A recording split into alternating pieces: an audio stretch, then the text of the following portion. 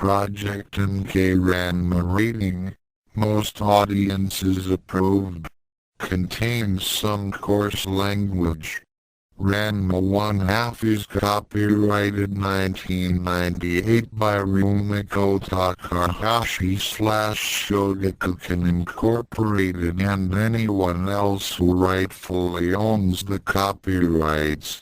All-Purpose Cultural Cat Girl Nuku Nuku is copyrighted 1992 by Yasu Takada. This fanfic was written entirely for entertainment purposes and not for a monetary benefit. Please don't sue me. Any similarities with other fanfics are purely coincidental unless stated otherwise. This is my second attempt at a decent fanfic. This also happens to be my first attempt at prose. Be lenient. Information is based on the author's experience of the two series, meaning a truckload of Ranma 1/2 put an OAV and a few fics of Nuku Nuku.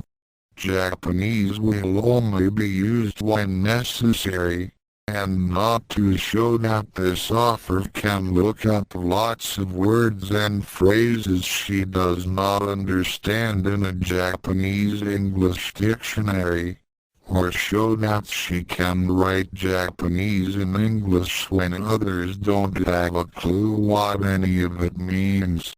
Some parts of this fanfic were influenced by Terry Pratchett's Discworld novels. If you haven't read any of them, shame on you.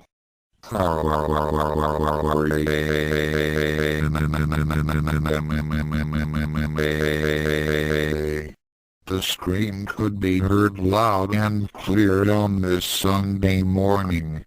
It shattered nearby windows. Birds hastily went airborne in effort to get away. Fresh plaster a block away could be seen melting under the massive noise pollution. The scream could have unnerved any tourist or person new to the Nirima district, but to many of the local residents, specifically and especially the Tendu Dojo, this blood-curdling yell was all too commonplace. In fact, many of the residents had set their daily schedules by the screaming. Ask anyone on the same block as the Tendu training hall. They'll probably say they never set their alarm clocks. And they'll be right. The screaming stopped for an instant. Then a window could be heard smashing and a young man seen flying out. Underneath the window, two middle-aged men were cheating at shogi and drinking sake. They both looked up at the window for a moment, then turned their gazes to the person gaining altitude high in the sky. "How far do you think he'll fly this time, Shodom?" one of them asked as they watched the unfortunate person getting smaller and smaller in the horizon. "I don't know, Tendu," the other replied, adjusting his spectacles on his heavily built face. "Maybe he'll get as far as the park, or possibly the skating rink. Because this event occurred at least once a day, the two grown men would always debate where the young person would land, just to pass the time. It goes to show some people have so much time on their hands." The first person rubbed his mustache thoughtfully. "No way, Janma. He landed in the park fountain last time, and the skating rink is in the other direction," he said. "Well, I hope he doesn't land in the bathhouse again. Remember that, Soon? Yes, I remember. I'm still paying for all the damage that caused. NK one half and all-purpose cultural cat girl NUKU project NK Ranma written by Celeste Bullard Chapter 1. An overdose of heaven, the sudden rush. The feeling of wind on your face when soaring high in the sky can be the most exhilarating experience in the world. Defying the laws of gravity, only to have them come running back and crashing back down on you. Certainly Sodom Ranma had this happen to him on a regular basis. So regular, that he had enough frequent flyer miles to purchase a round trip to England 10 times over. Of course, it would be a lot cheaper just to get Akane angry at him and poke him in the general direction, but that would be so much more painful. Ranma opened his eyes and gazed at the clear blue sky and the beautiful sunrise. If anything, he could trust the landing would be a lot less painful than what he would have received had he eaten Akane's cooking. Of course, why else would he be setting a world record for highest altitude attained without jet-assisted takeoff? Let's see, mused Ranma as he waited for the sky to stop getting intimate so he could enjoy the trip into the wonderful world of pain. I've already passed the Nakoyadan, so I can't land there. Bookins, is that a lie? So I can't go there right now. There's the high school, the bridge, the train station, the bathhouse. Ranma shuddered as he recalled that particular incident. Never mind, he said aloud. Down there's that bar pot and Mr. Tendu keeps sneaking off to. There's the park over there. He noticed the air currents starting to slow down and change direction, and the horizon seemed a little farther off than usual. He thought about it for a second before reaching one of the greatest analytical conclusions of all time. He was starting to fall. No, wait. There was more to that. He was starting to fall. Down. Wait, not finished yet. Falling. Down. From high place. Falling. High. Falling down fast. Very fast. Ranma briefly wondered upon the outcome of all this when his brain decided to helpfully supply the answer. Down plus high, asterisk fast equals pain equals more pain equals hurt. Lots. There are plenty of more stupider ways to break down a thought than into mathematical equations. Ranma couldn't think of one at all. Arg, Ranma said to the world. Damn, he added. Shit. This one was pointless. Help. This one was also pointless, but he said it anyway. No, it can't get any worse than this. This he definitely should not have said. In order to understand why, one must understand the effects of karma. In fact, a good model for this demonstration would have to be a karmic wheel, spinning out its injustice and equity.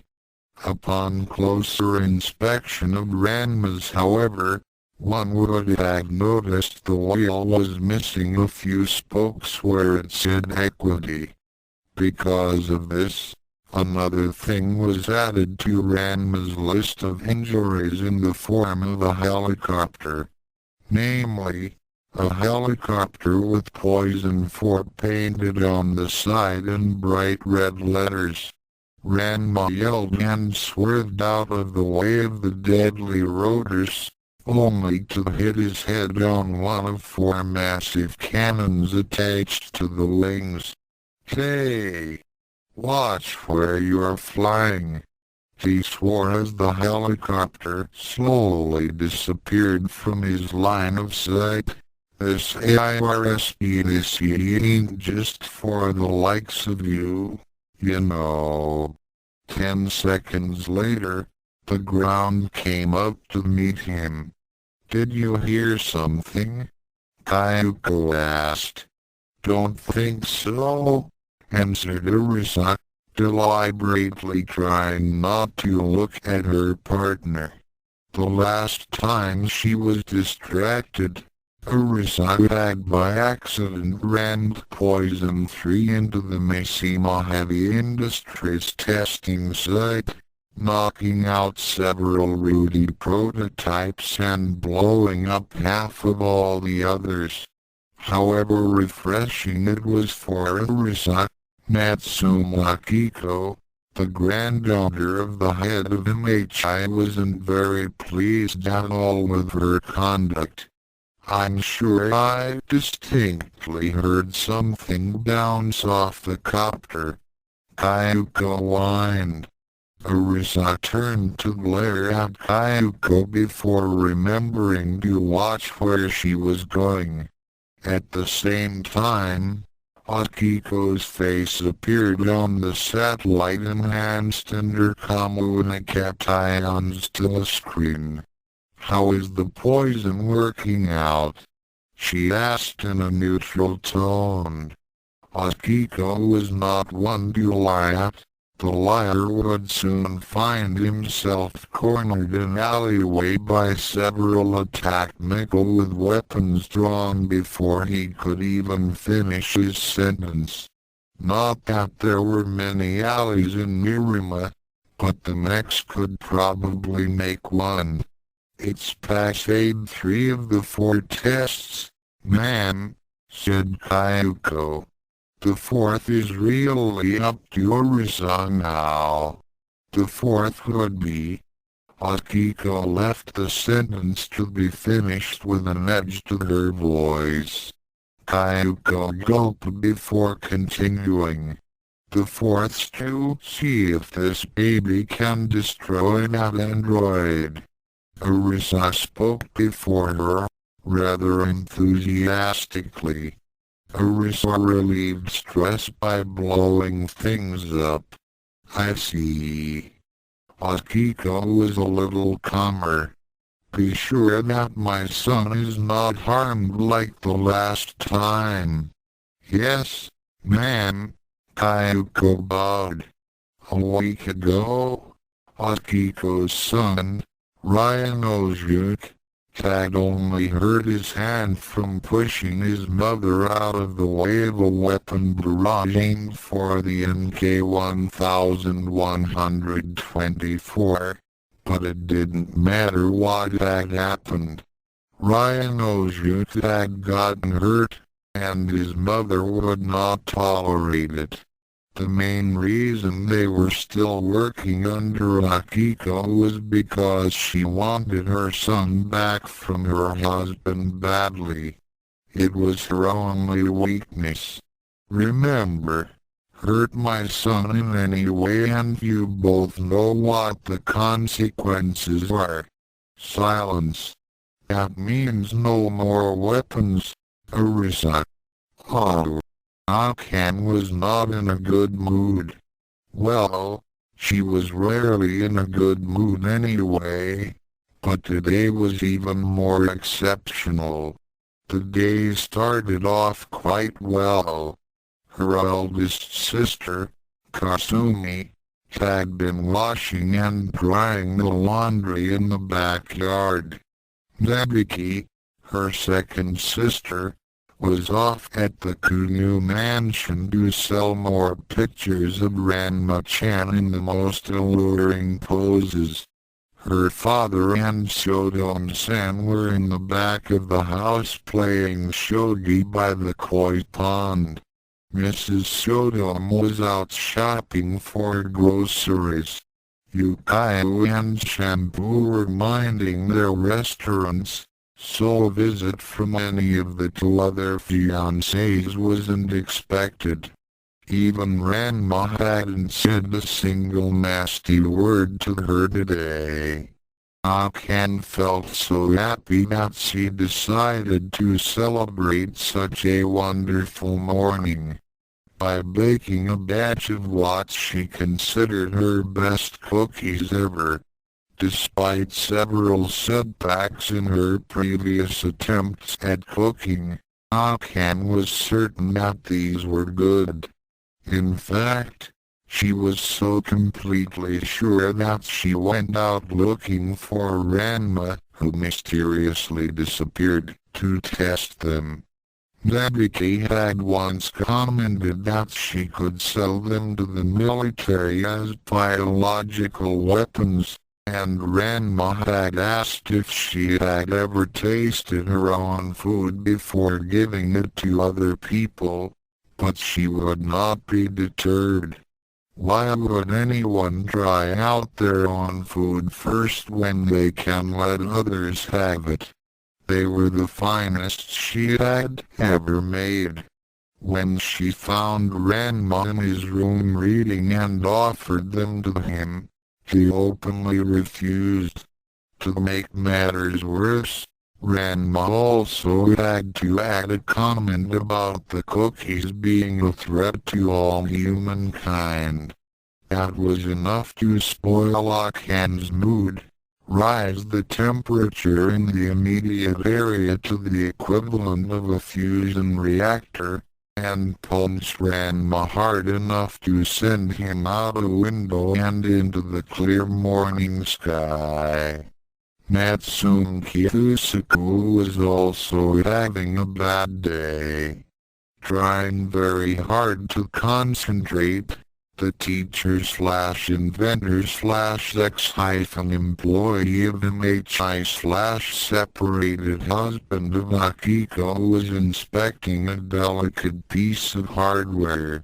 It was very delicate, minute, high-tech, and above all expensive, the main reason he had gone through about 20 of them. He wasn't having a bad day because of a few broken toys. He was pissed because his next achievement depended on him not breaking so many toys. Using a pair of tweezers, he carefully moved the object into an uncovered petri dish. He then slid a laser torch and an electron sight over the dish and looked at the object from his computer screen nearby. Using his mouse, he highlighted the section on the chip he wanted to etch and zoomed in, taking the cigarette out of his mouth and into an ashtray. He slowly lined up the crosshair to the suspect area. He flipped a switch and deviously turned the knob to adjust wattage. "Good morning, Papa-san." Startled, Kikusuka slipped and upped the power to about 10,000 watts. The microchip lit up in a pale reddish hue for a moment before exploding violently in a shower of blue sparks.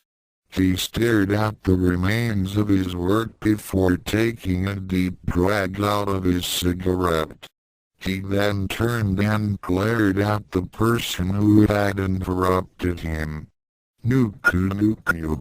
How many times have I told you not to bother me when I'm working?" Kikusuku's daughter Natsumatsuko, or Nuku to many and NK 1124 to few, is basically a kitty cat inside a cybernetic body. Having a cat's brain, Nuku had a hard time understanding certain human traits. Of course, to all the boys at her school, her desirably buxom body more than made up for it. If she had noticed the edge in her Papa-san's voice, she either ignored it or was incapable of handling it. "I made breakfast, Papa-san. Eat it or it'll get cold."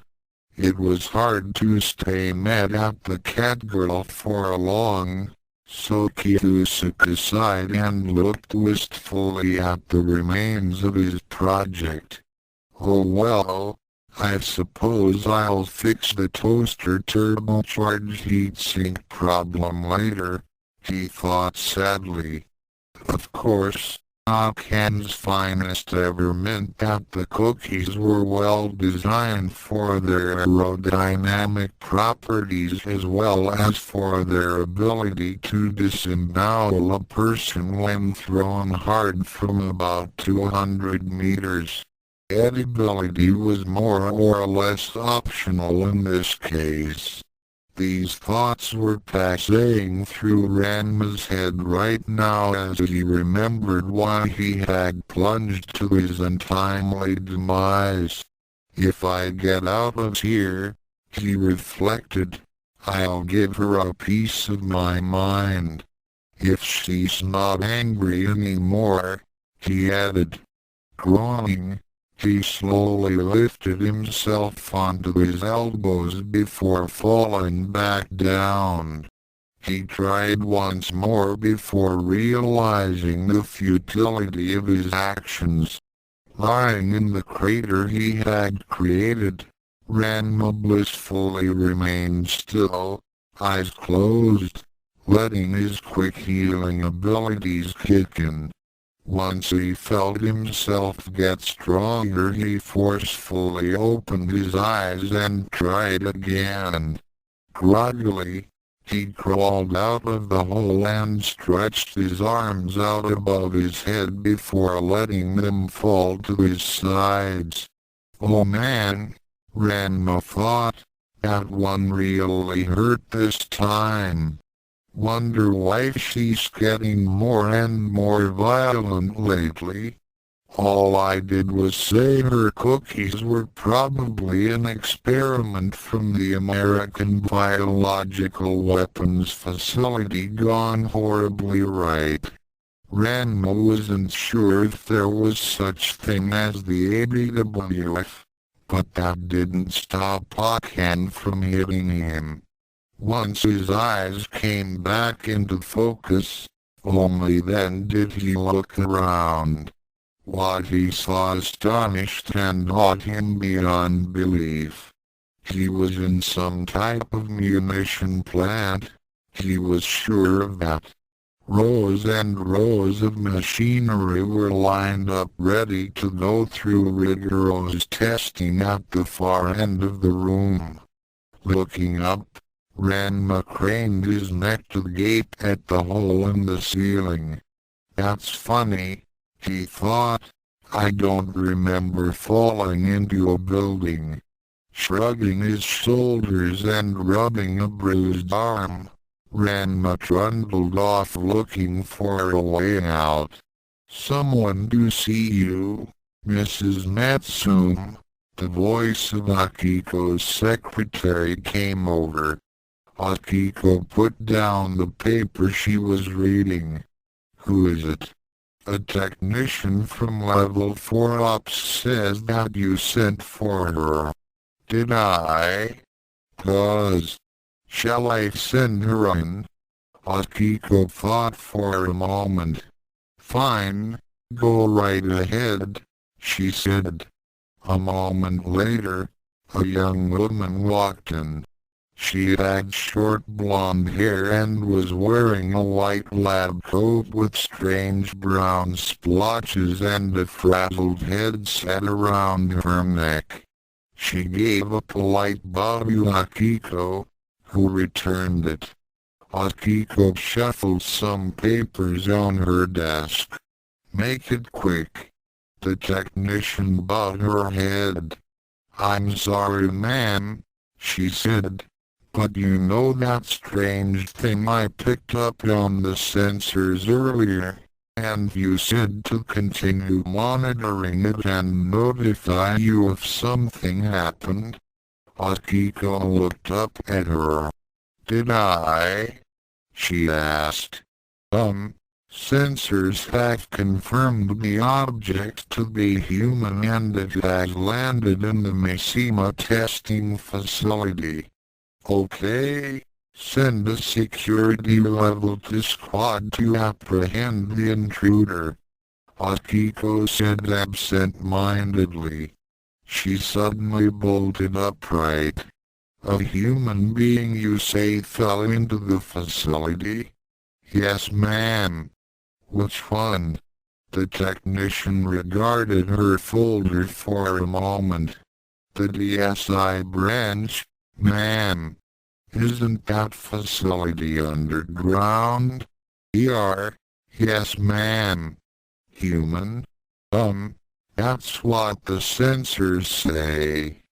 Better send a level 7 squad instead. There are 8 different levels of security and military defense at Mishima Heavy Industries. A level 1 squad would simply be retrained ex-police officers, the type that would be in any office building. A level 2 defense would be a standard SWAT team with AK-47s in full body armor, and level 3 would be a small armed force consisting of Ma-0 to 1 military droids. A level 7 defense force is a small battery of SNK-60 battlenecks, good for defending any small country. And of course, level 8 is just a tiny unit designed to fight the NK-1124, who could destroy all of MHI's military defenses in a few tries. Well, it would be at it all week, but still. The technician gulped and said, Do you think that's a good idea, ma'am? Akiko looked at the technician coldly. Yes, I think it's a good idea. After all, it was one of mine. After the technician had left Akiko's side and rubbed her eyes, Nuku also showed up on the sensors as human, but MHI Agricoliber added them to detect when the NK-1124 was around. Nuku often came under the orders of Kiyusuke to destroy any potentially threatening projects. How the great inventor knew about any of them was anybody's guess. For instance, he could know about the new SNK-120S being tested in that facility, and reconfigured Nuku again. Akiko thought for a moment before pressing a button underneath her desk. In a few seconds, Arisa's face appeared on the SHI telescreen. Hello, boss. Arisa greeted cheerfully. Arisa, land the new poison for helicopter and apprehend the intruder in the DSI facility. You may use the new HV-27 bodysuits. Arisa's eyes lit up. Yes, ma'am. Ranma could hear alarm klaxons in the distance. Shit. They know I'm here, whoever they are. He thought as he broke into a run. He was about to turn a corner when he collided into something very hard and very unforgiving.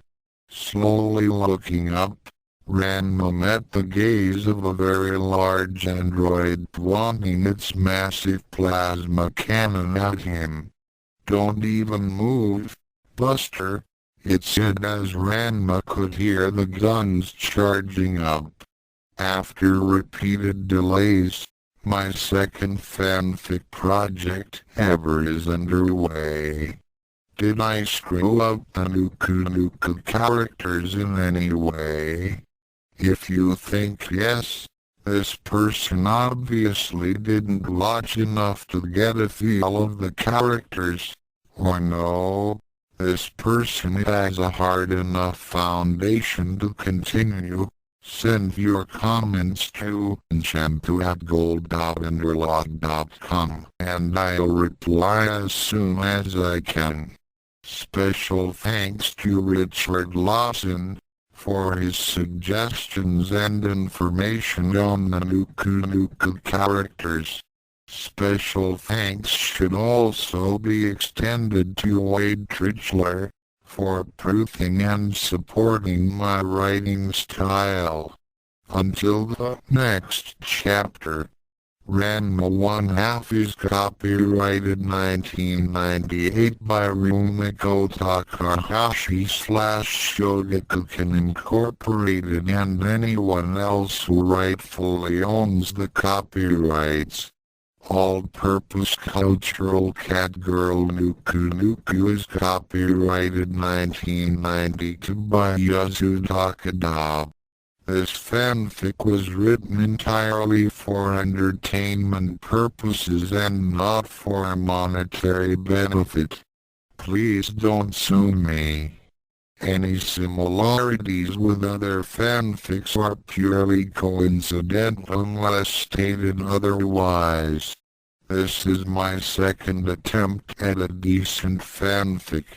This also happens to be my first attempt at prose. Be lenient.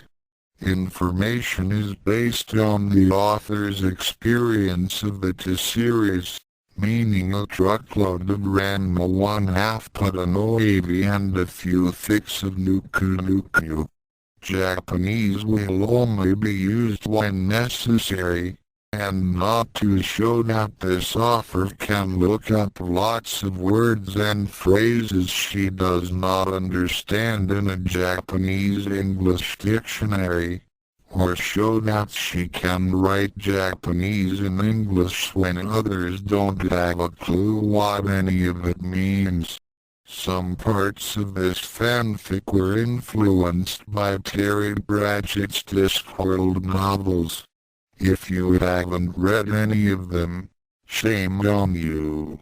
If you've just stumbled upon this, please read the previous chapter to understand anything in this one. Kiyusaku looked up sharply as he heard his computer beep at him. That only happened if the hidden cameras he installed at Mishima Heavy Industries picked up anything out of the ordinary. Dropping his next project, he rushed to the computer and pressed a few buttons. Sitting down, several screens popped up from the table and came to life, showing the inside of the DSI facility. Wonder what's happening? Kiyusaku's question was abruptly answered as he stared at the one screen of the young person being trapped by one of the new HV-27s. On the other screens, masses of SNK-60s could be seen blocking corridors leading out of the complex. Kiyusaku stared incredulously. Kiyusaku typed something, and the words "Recording Screen 3" appeared on the central screen. He put his cigarette into an ashtray and grinned maniacally. Akiko probably thinks I sent the boy in. She's in for a lot of trouble, attacking a harmless kid. Kiyosaka frowned as the situation finally dawned on him. Someone was about to get seriously hurt. Ranma one half and all-purpose cultural cat girl NUKU project NK Ranma written by Celeste Bullard Chapter 2 Lasers and Cannons and Explosives. Oh my. I wouldn't run if I were you, suggested Arisa through her microphone. All of the HV-27 single quote S weapons, yes, all 35 of them, were trained on the young man's head. Much to her astonishment, however, the boy wasn't cowering in fear, like a normal teenager in the face of enough weaponry for another world war. In fact, he had a mild air of surprise mixed with alarm and was poking at Arisa's bodysuit with interest. This got Arisa extremely angry. "Aren't you even gonna plead for mercy?" she asked. "Why should I?" Ranma replied as he continued to inspect the bottleneck. Although she was protected with over 13 inches of armor plating, Arisa felt very uncomfortable under the examination. Moreover, the boy examining her was pretty cute. Had they been in different circumstances and had he been a few years older, she might have asked him out. So she was very relieved when the rest of the troops filed in and Ranma turned to glance at them. Arisa, wait! Kyuko, sporting a similar mech, ran up to Arisa as Ranma watched on. The boss said to apprehend the intruder, not kill him. She pleaded. Arisa hadn't blown anything up since yesterday, so she was feeling rather stressed. Cute or not cute? So what? She yelled. I haven't been able to test poison 4 out yet. The android hasn't come around today, and nothing has threatened the corporation. What do you expect me to do? Arisa, just calm down. Arisa. She turned her back on Kyuko, ignoring her. Arisa then concentrated on the intruder. Put your hands up in the air or I'll blast you into the next millennia. He shouted at Ranma. Can I leave after that? Ranma asked. Now infuriated by Ranma's rather stupid question, Arisa opened fire. The SNK-60S followed suit. Ranma soon found himself dodging plasma, laser beams and artillery barrages. The room filled with the sounds of gunfire, the smells of charred metal, and the impressive sight of a single 2-meter by 2-meter area being bombarded with over a ton of ammunition. When the smoke cleared, Ranma was no longer there. Arisa stopped firing, and looked around.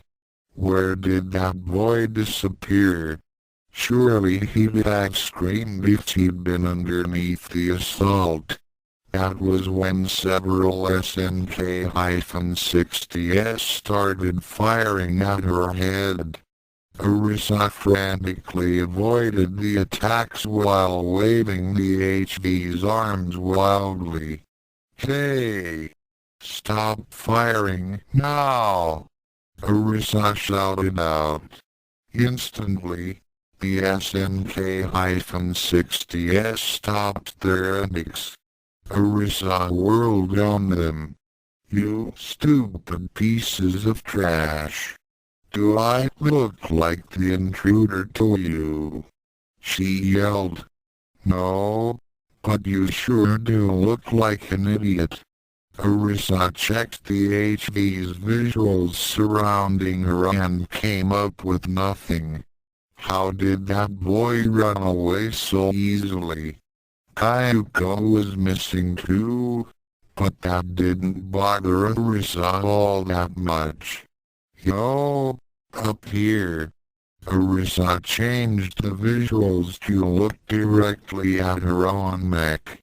Ranma was perched on the hard suit's head, an expression of boredom playing on his face.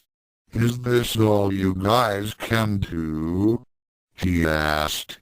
Arisa tried to club Ranma off, but he had already jumped down and assumed a ready stance. Your move, he taunted. Truly enraged, Arisa threw everything she had at the egotistical boy. Missiles flew out of hidden flanks. Blazing white plasma shot out of the cannons. Chain guns started to overheat from firing 60 rounds a second. Laser and electrical fire erupted from the SNK-60S. But alas, Ranma continually whiffed in and out of the assault. Stray bursts of artillery stuck inactive prototypes on the wrecks, effectively destroying them. Those not catching on fire disintegrated from the intense heat in the complex. Ranma bounced around to avoid all the mecha that started to explode into flames. This sent him into a small alcove in the damaged wall. Arisa saw this as a great time to get him.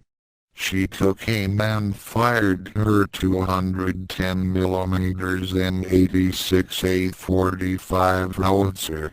Any ordinary person would have simply been reduced to a pile of ash. But of course, Ranma is no ordinary man. He simply bounced out and sideways, letting the 210mm shell fly past his face. Where Ranma stepped, he left a small trail of destruction. Many of the SNK-60s overheated and burst into flame. However good Ranma was at evasion, there were simply too many mechs in the immediate area. Ranma felt something behind him, and was too late to dodge. Streams of laser fire ripped through his shoulder and his side.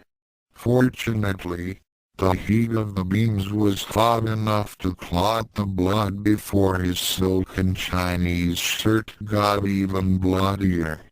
Ranma dropped his usual comical expression as he winced in pain. As he rubbed his shoulder, something in the back of his mind stirred. In his condition, Ranma didn't notice. Oi! Looks like I'd have to get serious.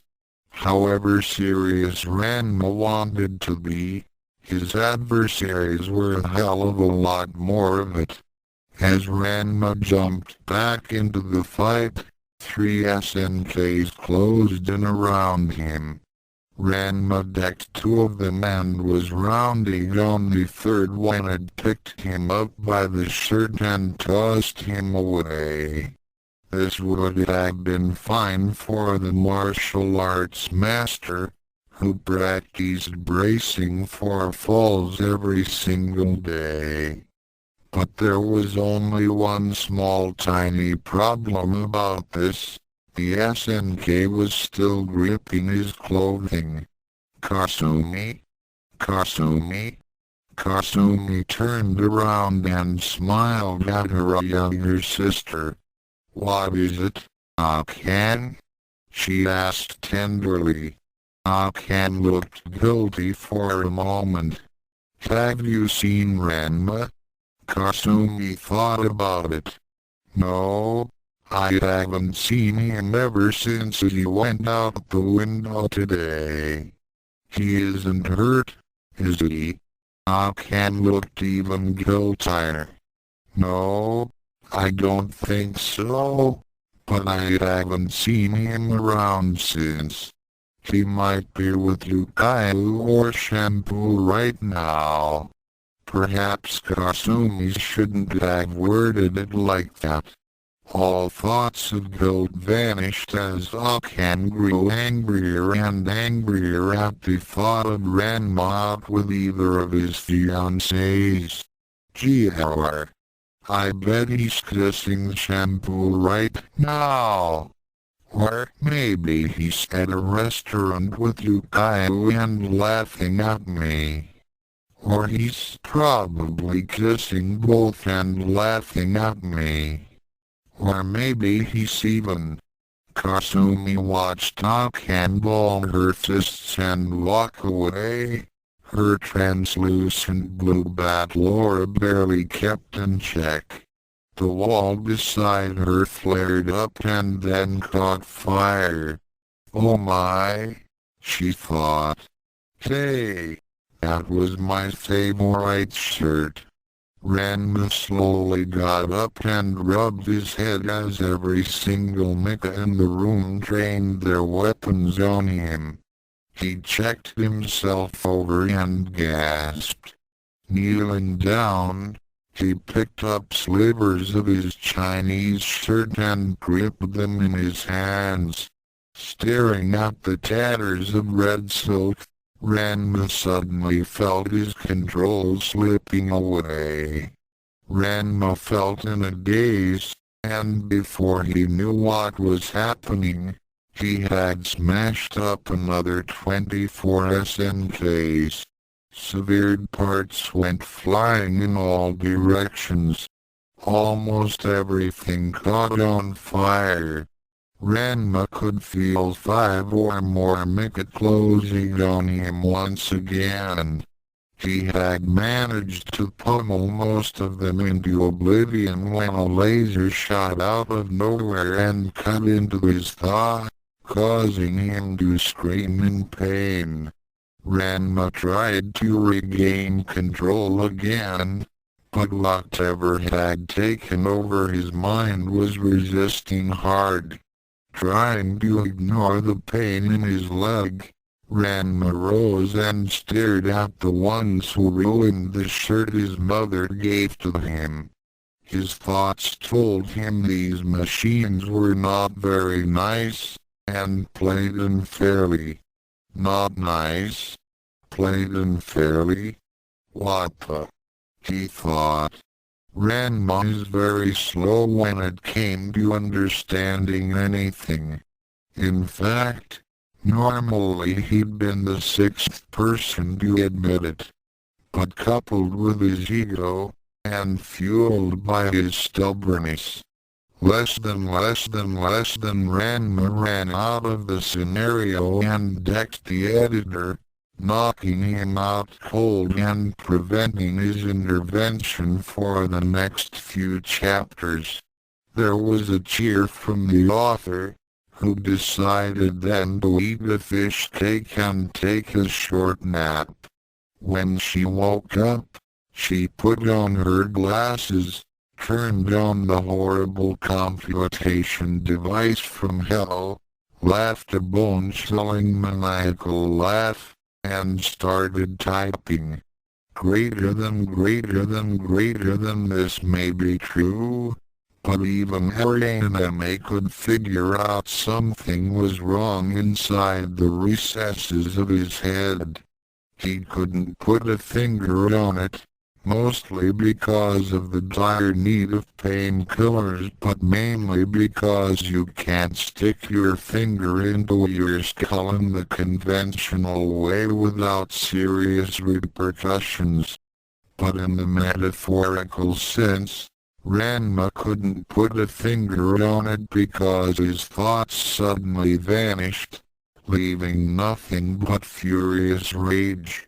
If Arisa looked into Ranma's eyes at that moment, she would have noticed a fire burning in his eyes with an almost feline quality. Ranma was tired of playing. It wasn't fun anymore, because they didn't do anything but shoot lots of stuff at him. In fact, he was getting thoroughly bored. When a cat gets bored, it tries to entertain itself, usually at the expense of others. With a feline yowl, Ranma charged through the masses of robots. As they raised their arms to fire, Ranma shred the extended joints, tore them out of their sockets and bashed them on their owner's head. Sparks flew as he leapt from robot to robot, tearing off limbs and beating others senseless. Arisa watched slack-jawed as Ranma waded through the massive mecha, snapping the battle mecha like twigs. Arisa aimed her massive weapon at the berserk boy, ready to take him down. Ranma noticed the cannon too late as it blew him off his feet and into a concrete wall, creating a small crater. Arisa was about to crack a smile when Ranma slowly got out and knelt on his knees, hissing, "What? Impossible!" Arisa yelled. Growling, Ranma rushed up to the HV-27 and clawed at the suit, ripping it to shreds. Some of the sharp jagged streamers tore through his skin, but Ranma was too angry to care. He leapt back into the large pile of broken parts. When he was at the center of the destruction, Ranma spinned a few times on his good leg before raising his bloodied fist into the air. HHIRYUSSHHOUDDENHHA. The guy in Ranma's body suddenly cooled as the dragon flew out of his extended hand. It rose high and punched a hole in the ceiling, expanding all the time. The now tremendously powerful twister raged uncontrollably, absorbing all the heat generated by the destruction Ranma had caused earlier. 12 square kilometers of the leading edge in technology suddenly became 12 square kilometers of violent storm. Too much pressure caused the tempest to subside, only to have the entire complex explode in a blast of pale blue energy. Kiyusuku watched the 6-minute tape for the 10th time, up until the point his cameras were destroyed by heavy winds. He put down the bag of popcorn and clapped heartily.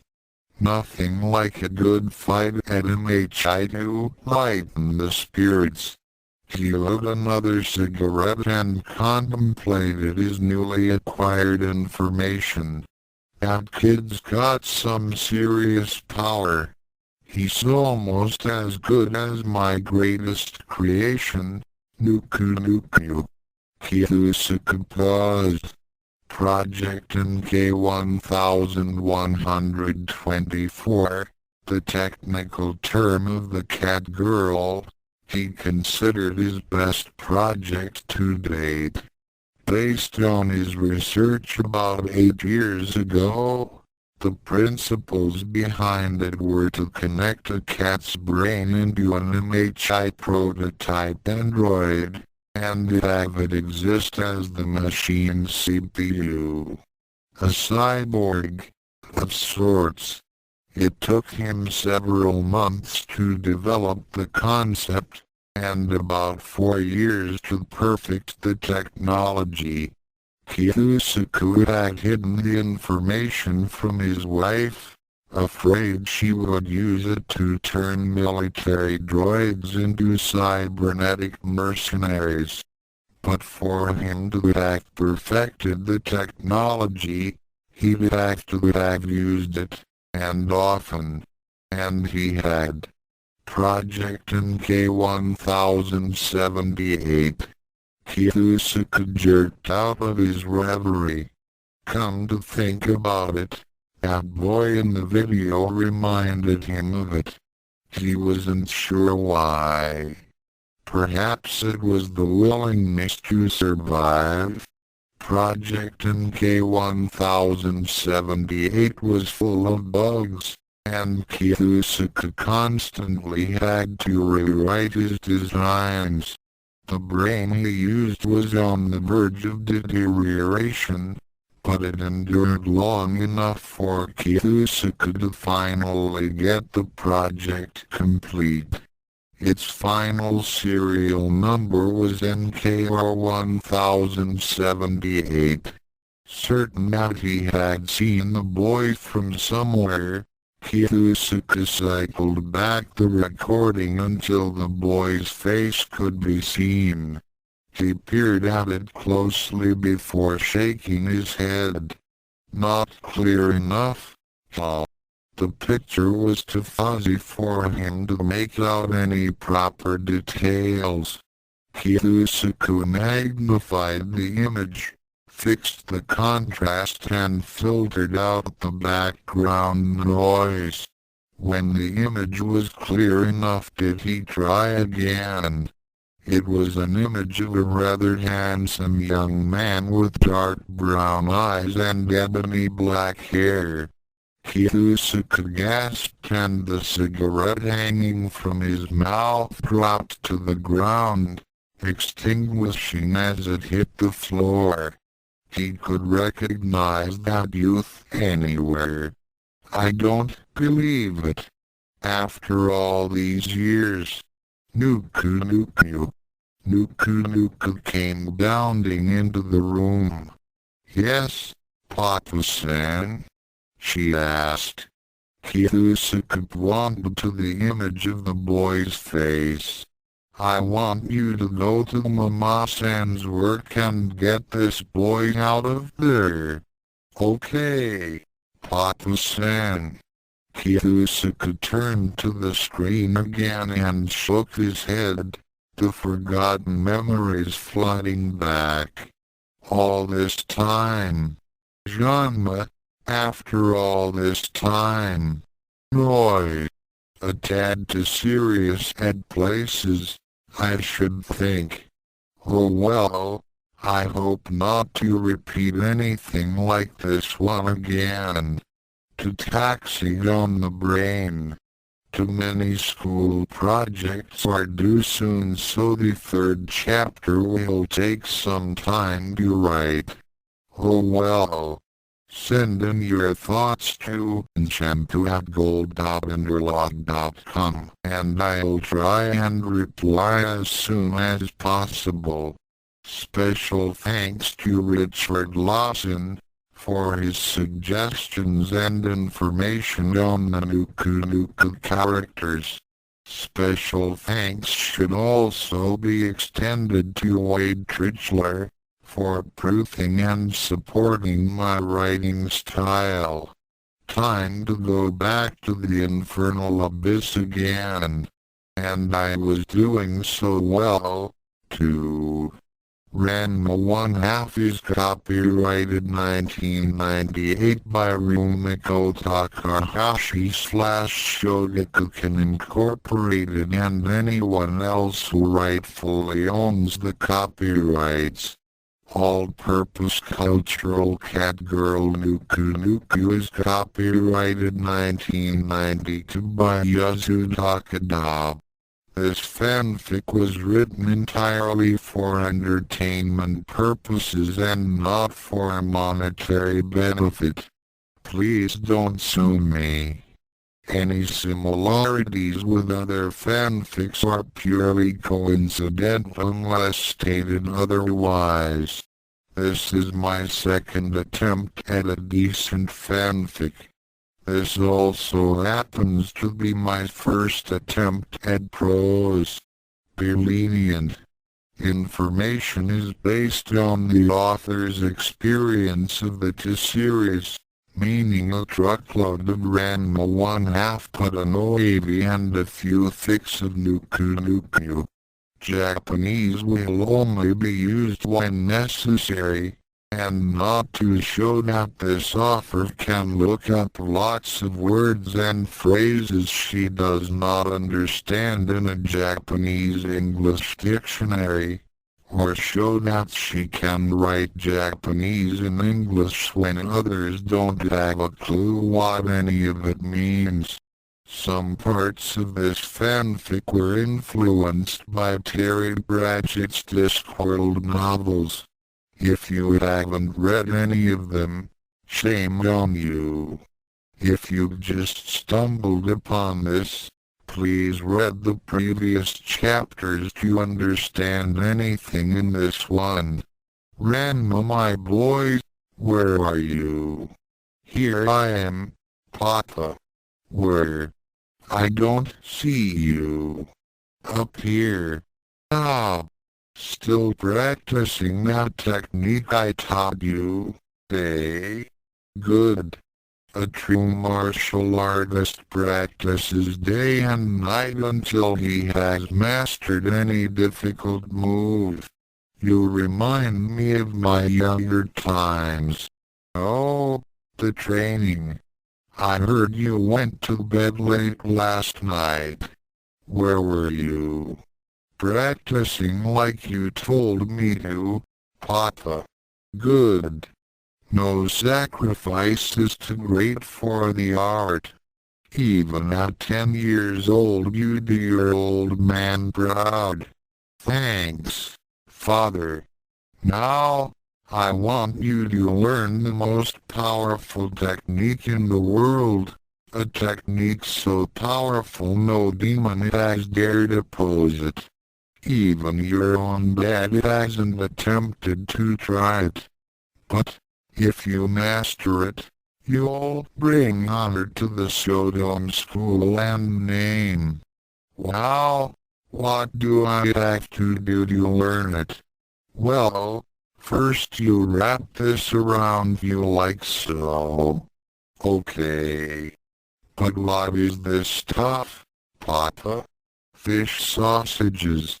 Or NK 1/2 and all-purpose cultural cat girl and UKU project NK or NK written by Celeste Bullard Chapter 3.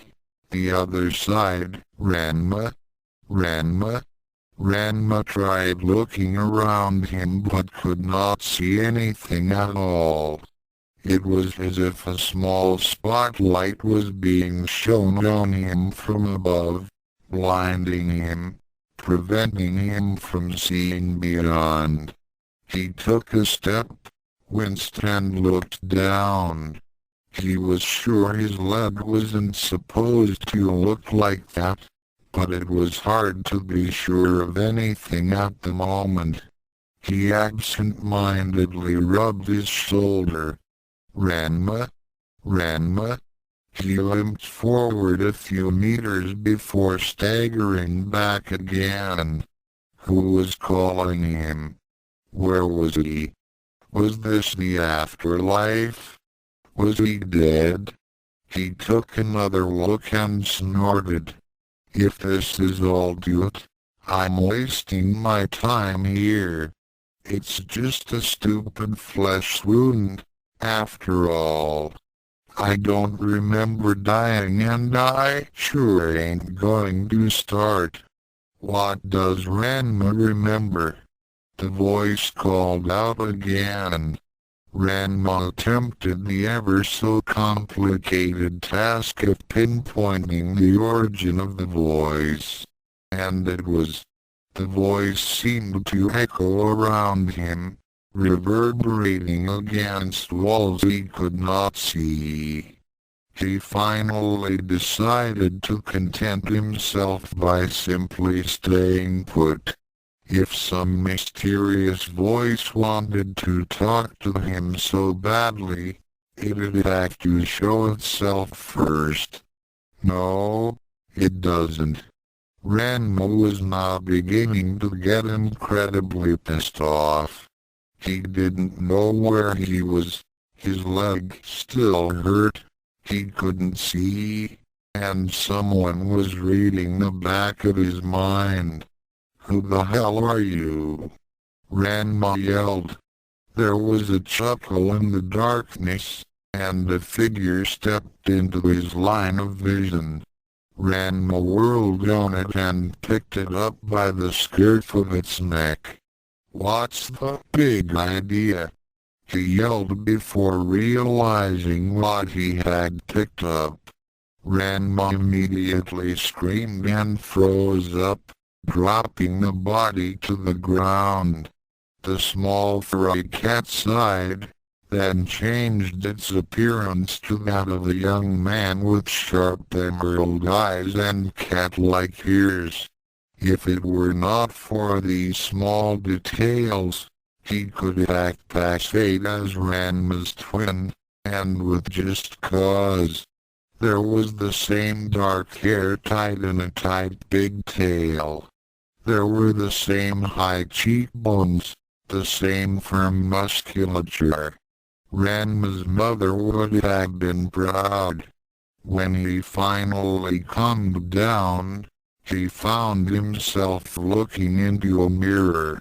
At least, that's what he thought before the mirror spoke. Is Ranma better now? The feline doppelganger asked. Ranma indignantly pulled himself up.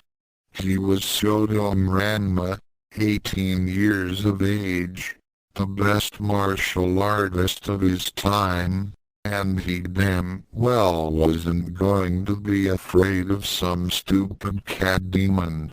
Even in Ranma's subconscious he's afraid of cats. "This is funny," the cat boy laughed. "One of the greatest martial artists in the world can't even stand up to his own mind." Ranma was about to retort when something his counterpart said hit home. "My own mind? You mean?" Ranma began. That Ranma is dreaming? Yes. That Ranma is really asleep? Yes. That all this is not real? Mumber, it's the only way to talk to Ranma without spooking him right now. You've already done that already. Ranma Neko would talk to Ranma sooner. But all those metal things were there and it was fun to play with them. Fun to play? You mean you're the one who took over my mind? Took over Ranma's mind? Ranma Neko is a part of Ranma's mind. Don't. Yeah, whatever. So it's your fault for what I did back there. So Ranma does remember what happened. What Damien? Ranma trailed off as the events in the facility replayed back to him with alarming clarity. He remembered a red haze falling over him and causing him to level the entire complex with a well-placed dragon's blast. Ranma mentally struggled with himself as he thought about his berserker rage. Why did he attack so violently? He could have just surrendered and let them lead him to their leader or whatever. They might have even let him go. But no, you arrogant moron, he thought, you just had to level the place. Why? Ranma knows the reason. He's a student of the Anything Goes School of Martial Arts. There is no such thing as surrender. Hey, shut up you. I'm trying to argue with my subconscious here. It's your fault I did that back there. No, it's not. It's our fault. How can it be our fault? There was a pause. Why are you taking over my mind? Ranma sighed. No one took over anyone's mind. Ranma is a part of Ranma's mind. The message and the little details finally kicked into Ranma's thick skull. It's not that Ranma's not very bright, it's just that when he thinks of something, it takes a long time for him to let go of it. He's like a freight train. Hard to derail. So, I guess you're my cat's side? He asked wearily. Yes. Whenever Ranma's fear of cats goes over the edge, Ranma takes over. Why'd it take so long to tell me all this? Ranma looked away. A small tear formed and slowly worked its way down his cheek. He carefully wiped it away, afraid Ranma would see it. Ranma turned back to him. Don't know. Before, Ranma had no idea Ranma existed. Safer that way. When Ranma was playing with those machines, Ranma suddenly felt strange. Why was there someone in Ranma head? But it's not your head. Ranma glared at him and Ranma hastily moved back. There was the suspicion of fire in those green eyes. Yes, it is. Does Ranma even know what he is? Ranma drew himself up. Even if he was talking to his feline side, he would not be intimidated by anyone.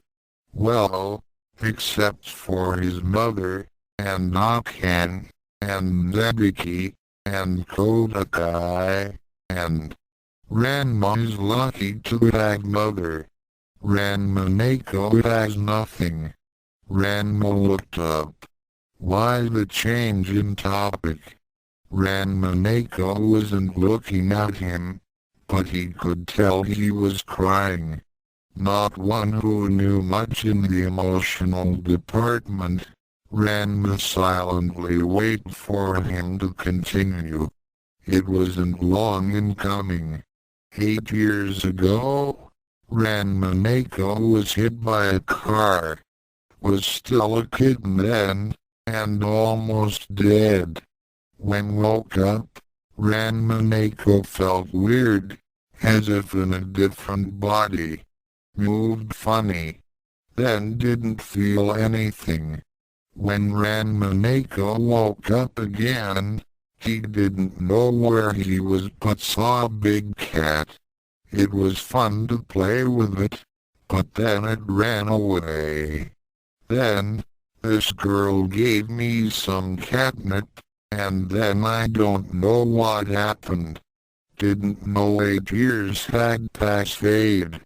Now, Ranma finds out someone else is in his mind for all this time and he can't do anything about it. Ranma sat down, staring at the floor. Ranma sat down beside him quietly. Ranma then turned and looked at him.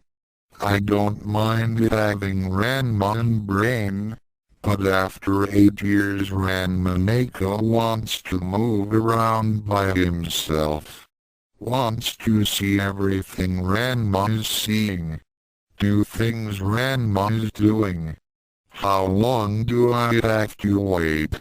Ranma wants to have fun. No fun staying with Ranma and weird body if Ranma can't use it too. Why can't you use it if I let you? Ranma asked.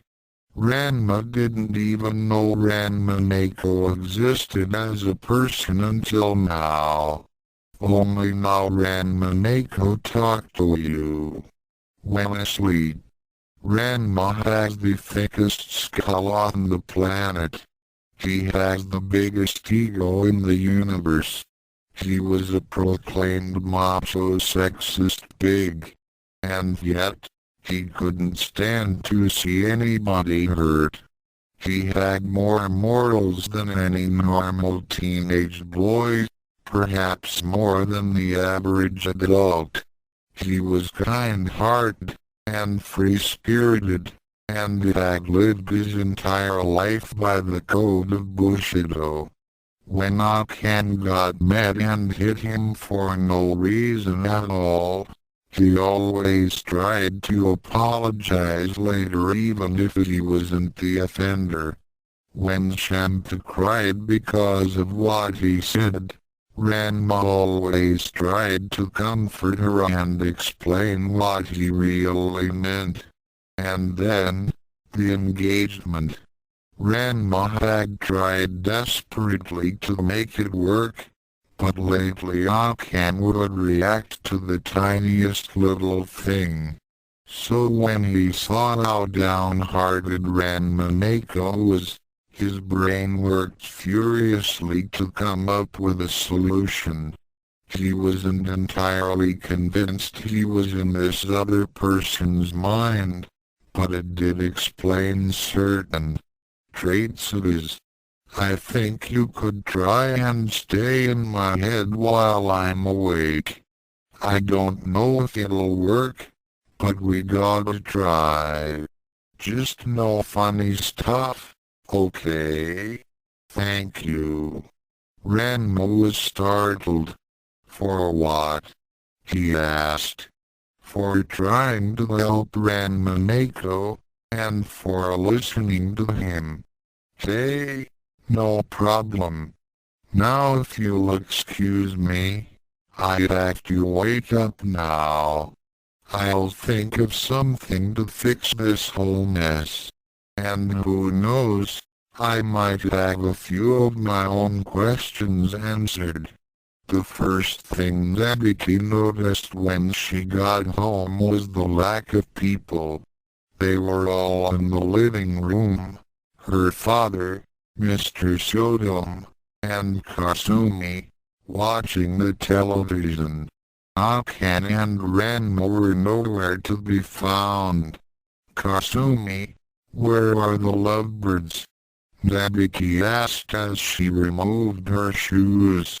SHH, she whispered. Curious to what was the center of attention, Zabiki tuned into the set. Top, destroying about a fifth of the Mishima Heavy Industries real estate. Authorities have not confirmed if the explosion was accidental or an act of terrorism. The CEO of MHI had said earlier today that this unfortunate incident was a result of a... Zabiki's ears perked up at the mention of MHI. She had a huge interest in the manufacturing company, particularly the future CEO. After all, she was only the richest woman in Japan. When the news flash was over, the entire household came back to life as the men continued their game and Kasumi went into the kitchen to make lunch. Zabiki felt left out, so she promptly went into the kitchen to talk to Kasumi. What was that about? She asked. Kasumi looked up at Zabiki and smiled. Welcome home, Zabiki. I'm sorry I didn't greet you earlier. She pulled out a knife and started to chop some vegetables. Yeah. What? Alright.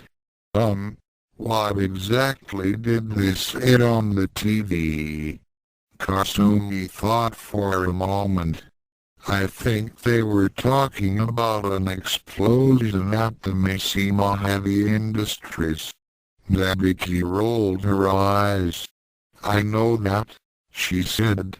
But why did everyone suddenly drop what they were doing to watch a news flash? Kasumi looked innocently at her. Well, it did seem strange that such a big explosion occurred. And the fact a dragon went flying into the sky. Where's Ranma and Akane? I think Akane's in the dojo right now, but I don't know about Ranma, Kasumi replied. Thanks Kasumi, said Nabiki. She walked out to the practice hall, paused, and put her ear to the door. There was the sound of wood being splintered and the cries of "Ranma you jerk" emanating from within. Nabiki pulled her ear back and smiled faintly. Well, thought Nabiki wryly, no doubt where Akane is, but where's Ranma? One thing that puzzled Nabiki was how Kasumi always managed to suggest something in her innocent little way. Just like in the kitchen. Nabiki froze. Hey, why Tamanute here? Did she say a dragon flew into the sky? She thought. There's one thing I know when it comes to dragons. Nabiki went up to her room, closed the door behind her, and walked to her desk. Reaching underneath the desk, Nabiki pulled out a cell phone. Ranma always has something to do with them, she finished. She checked her ledger for a certain phone number, took note of it and turned on the phone. If he's doing anything worth blackmailing, Nabiki thought as she dialed the number, I'll be one of the first to know. Ranma, Ranma, Ranma. You are a disgrace to the Shodown name. How can you become a true master of the martial arts if you can't stand up to a few hungry kitty cats? Papa, it hurts. Those cats, tearing at me. I don't wanna do it again. Make them go away. No. Silence, boys. A true martial artist never gives up. Now, here's some fish cake. Try and learn the technique. But father, I don't wanna. Nonsense, boys. They hurt you as much as I do when I train you. Now make your old man happy. How do you expect to carry the mantle of the Shodown anything goes school of martial arts without a little pain? Papa, please, not again. Ranma slowly regained consciousness. Without opening his eyes, he could tell his arms and legs were being restrained. He could feel himself on a table of some sort, for the coolness of the metal was prickling his back. Above him, Ranma could hear the hushed whispering of several people. 6 or 7, he mused. Wow, so weird. Ranma was startled for a moment before realizing it was his feline side talking. Chalk one up for the good guys, he thought. Now to find out who are the bad guys. He wondered briefly for a moment if he could direct his thoughts to Ranma without actually having to talk aloud. Yes. Ranma mentally glared at him, while Ranma smiled playfully. There was something odd about him. Ranma was sure about that. It was the way you couldn't stay angry with him. Ranma had only known Ranma for a few minutes, but it seemed like they had been together for years. Dropping the matter, Ranma returned to the real world. He sensed his restrainers were scrutinizing him, for Ranma could feel the heat of their gazes on his face. Ranma decided to remain still and listen to their conversation while Ranma dozed off. Top, well defined, I must say. Why is he shackled? Wouldn't you want someone like him helpless before you? Look at that body. A series of giggles. Ranma mentally groaned. He really hoped they were joking. Seriously, girls, an hour ago he completely wrecked one of the testing facilities. The whispering died down. Which one? I heard it was TSI's. What? Isn't that one? Underground? Yes. Silence. How exactly did he go through 10 meters of concrete? Ranma stifled a laugh. I still think he's cute. Oh. Murmurs of agreement. Despite being chained, Ranma couldn't help but feel his pride swell at the comment. And we all know how big an ego he has. Ranma woke up, looked at Ranma and merely shook his head. He's probably awake now. Ranma gave up and opened his eyes. Several faces, all female, were peering down at him. Suddenly feeling extremely self-conscious, Ranma moved as if to cover his exposed chest until he remembered the restraints. I suppose I'm not here to be offered a cup of tea, am I? He asked. A few of the faces moved away to be replaced by another one. This one, despite being very pretty, had a cold, calculating look, reminding Ranma of Nabiki. He thought to avoid looking at her. This face examined him for an instant before asking him a simple question. Who are you? Feeling that giving his name wouldn't hurt him a bit, he replied, Sodom Ranma. If the woman recognized a name, she didn't show it. Ranma found himself dreading that woman's voice. He kept waiting for it to lash out and bite him on the arm. What did you do at the facility?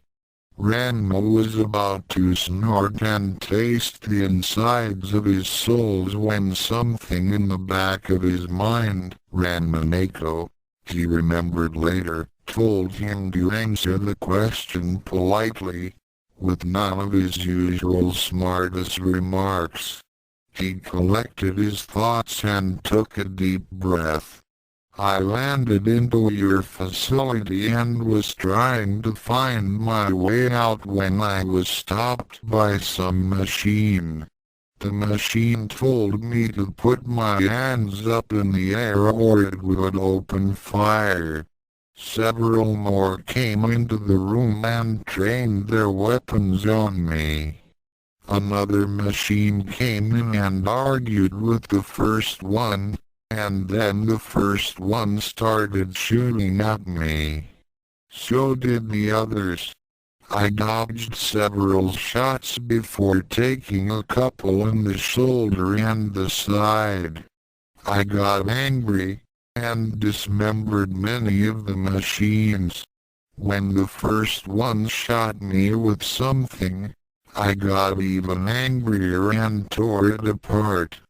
Then I blew everything up. It was pretty fun, actually. Ranma mentally punched himself. He was starting to talk like his feline side. Ranma Neko smirked. The interrogator looked surprised, as if she wasn't expecting the prisoner to talk, least in such a carefree manner. Once she removed her face from his sight, Ranma could hear bits and pieces of a hushed argument. Sure Natsume sent him. Did you see the video? Human. At shoulder. At leg. You idiot. Scan says. Can single quote TB. Humans can't. Ranma listened for a while before getting bored with the entire exchange. This for him was the most opportune time to look around. Tilting his head to one side, Ranma noticed the walls were lined with state-of-the-art technology, insofar as being large and made of metal. Anything other than swords, knives and spatulas were considered top-notch to him. Trying to lift his wrist, Ranma briefly considered his options. He could break free and run like hell, but they probably anticipated that he would, and had set up more mechs in the corridor. He figured it was a good idea, but he was too weak to fight and needed some more rest. He could just lay here and wait to see what would happen next, but his fighting spirit told him this was a cowardly way to get out of here. It was then another voice interrupted his thoughts. How did you destroy the facility? Ranma felt annoyed. He had already answered that, for crying out loud. I've already said, I blew it up, he answered sharply. We are not asking how it was destroyed. We are asking how you destroyed it. Ranma considered the question. Isn't that the same thing? He asked. There was a sigh. Who sent you? Ranma thought about it. How could he explain a violent tomboy pulled him into the sky and caused him to plow through 10 meters of concrete? How could he explain surviving? Well, I can't really explain it. It's too complicated enough for me. If you're not going to be cooperative, we will use force. Ranma looked shocked for a moment. You wouldn't dare. Yes, we will. In fact, we'll demonstrate if necessary. Ranma was about to think of an answer to that when Ranma Neko spoke for him. Will there be more machines to play with? He asked. Several people in the room gasped, while the others nodded their heads in affirmation. What are you doing? Ranma thought harshly. Ranma Neko turned to him, a big smile plastered on his face. No worries. Ranma Neko knows what he's doing. Ranma Neko yanked hard on the restraints. They resisted for a moment, then broke away. Rubbing his wrists, Ranma tensed and leaped from the table and onto a fixture in the ceiling. He stopped to lick his hand when the fixture pulled loose and began to fall. Ranma used the fixture as leverage to jump across the room. Top, top, top, and into the arms of a giant mecha. Ranma had no time to react when it slammed him back onto the table and reapplied the restraints. The interrogator grinned. "What you see, Sodom Ranma, is one of Mishima's latest technological breakthroughs, achieved with years of military research." Ranma took back control of his mind and examined the machine critically. "So you're saying," Ranma said slowly, "that you spent years of research on a bucket of bolts?" The interrogator merely smiled. "Kiyosaka did good work, but I'm afraid our bucket of bolts here could break down your body into a bucket of spare parts. And well, I can't just drop the serious theme right away. The fic will get too choppy if that happened. I felt Nanai would generate better mood than what doesn't seem to cut it here. Anyway, I hope I kept the blasted thing consistent. If you think so, tell me at enchanto@gold.underlog.com. Hell, tell me if you don't think so. I'm always open to suggestions. Thanks again to Richard Lawson and Wade Tritchler for pre-reading this. I don't think I could continue without their support. Special thanks should also extend to anyone I forgot to mention, which is plenty. The heat seems to be dying down in here. Good thing too, I don't think my computer can handle any more.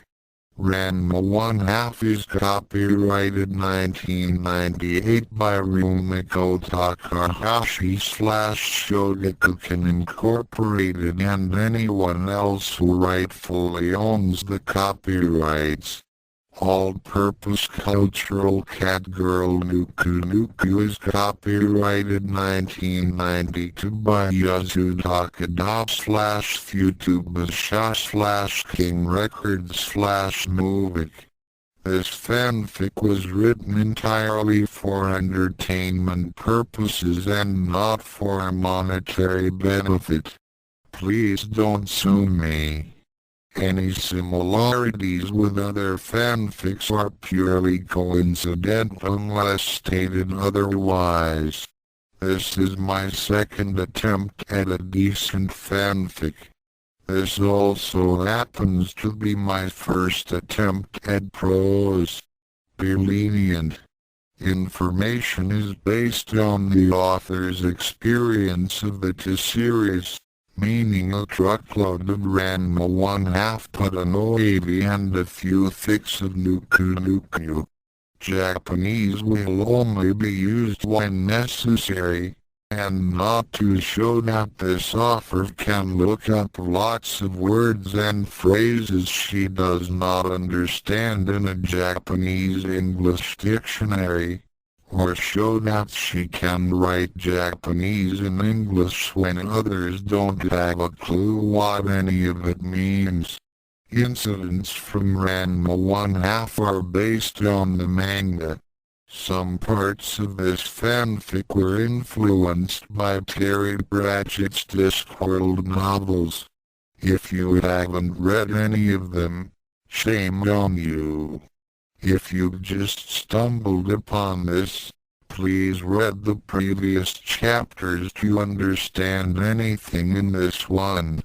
There was a knock at the door, and Natsume Kiyusaku looked up from his desk. Who would want to see him at this hour? It was well past midnight, and Kiyusaku was hoping on getting home after he finished his business at Mishima Heavy Industries. His wife, Akiko, was expecting their first baby soon and he wanted to be at home with her right now, but she told him to finish his project before going home. It was strange to him. Kiyusaku was merely a designer in one of 4 research and development departments, and his wife was the granddaughter of the CEO. Admittingly, Kiyusaku was the most creative and intuitive person of the entire faculty, but he was a poor man with a bad business sense. Akiko was the exact opposite, born into a life of comfort and luxury. She also had the business morals of a shark, snapping up any new industrial prospects to increase the profits of MHI. When they married, Kiyusaku instantly became the lead cybernetics researcher in the company. A big jump surely, for the majority of the superiority in the corporation was female. Under the financial support of his wife, he designed, created and tested prototype after prototype after prototype. MHI benefited from Kiyusaku's extraordinary progress in the field of cybernetics and technology.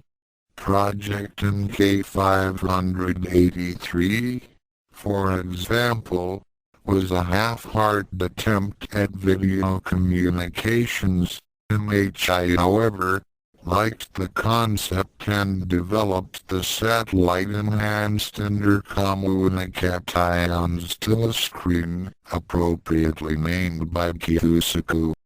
It was quite expensive, so the company decided to use the device only in the building. NK 686 was a breakthrough in artificial intelligence, the ability to interpret human speech patterns and carry out simple instructions said to them.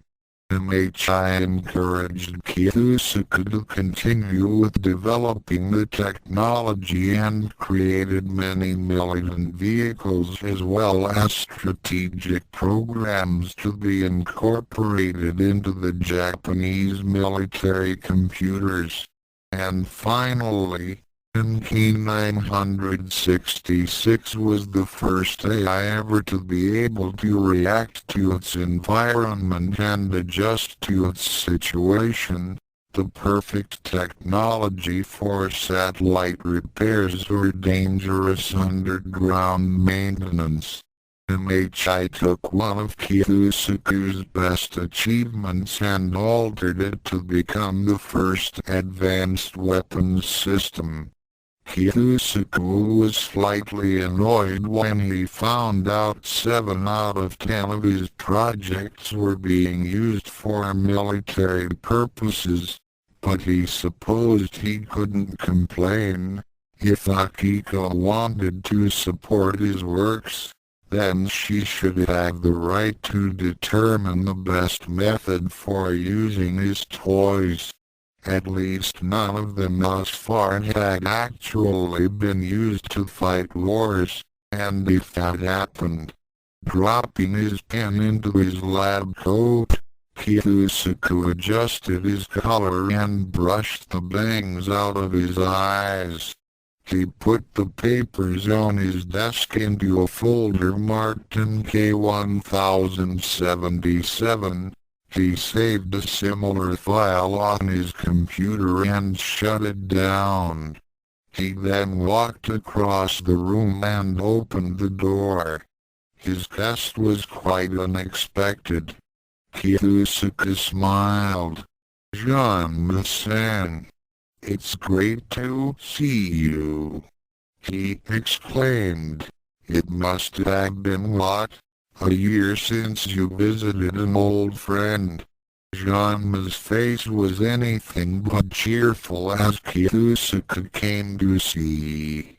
He brushed his bangs out of his eyes again. What's wrong?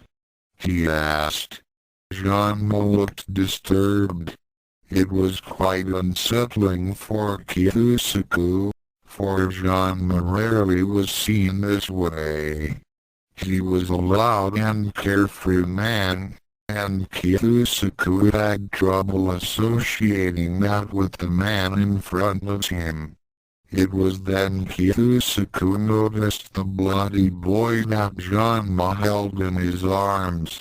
Oi, what happened to Ranma? Kiyusuke burst out. Ranma shifted uncomfortably on his feet. A training accident. A light dawned in Kiyusuke's eyes. You know, someday your recklessness will get the better of you, Ranma-san.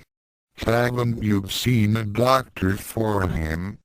Yes, Ranma's been to the hospital. And the look in Ranma's eyes told Kiyusuke all he needed to know. He looked down the corridor, and seeing no one he led Ranma inside. He asked him to deposit the boy on the workbench, and Kiyusuke gave Ranma a cursory examination. Ranma looked far worse under the light of the bench. It took all of Kiyusuke's willpower not to throw up. He made a decision. Ranma, come back tomorrow. I need your son for tonight. But, no buts.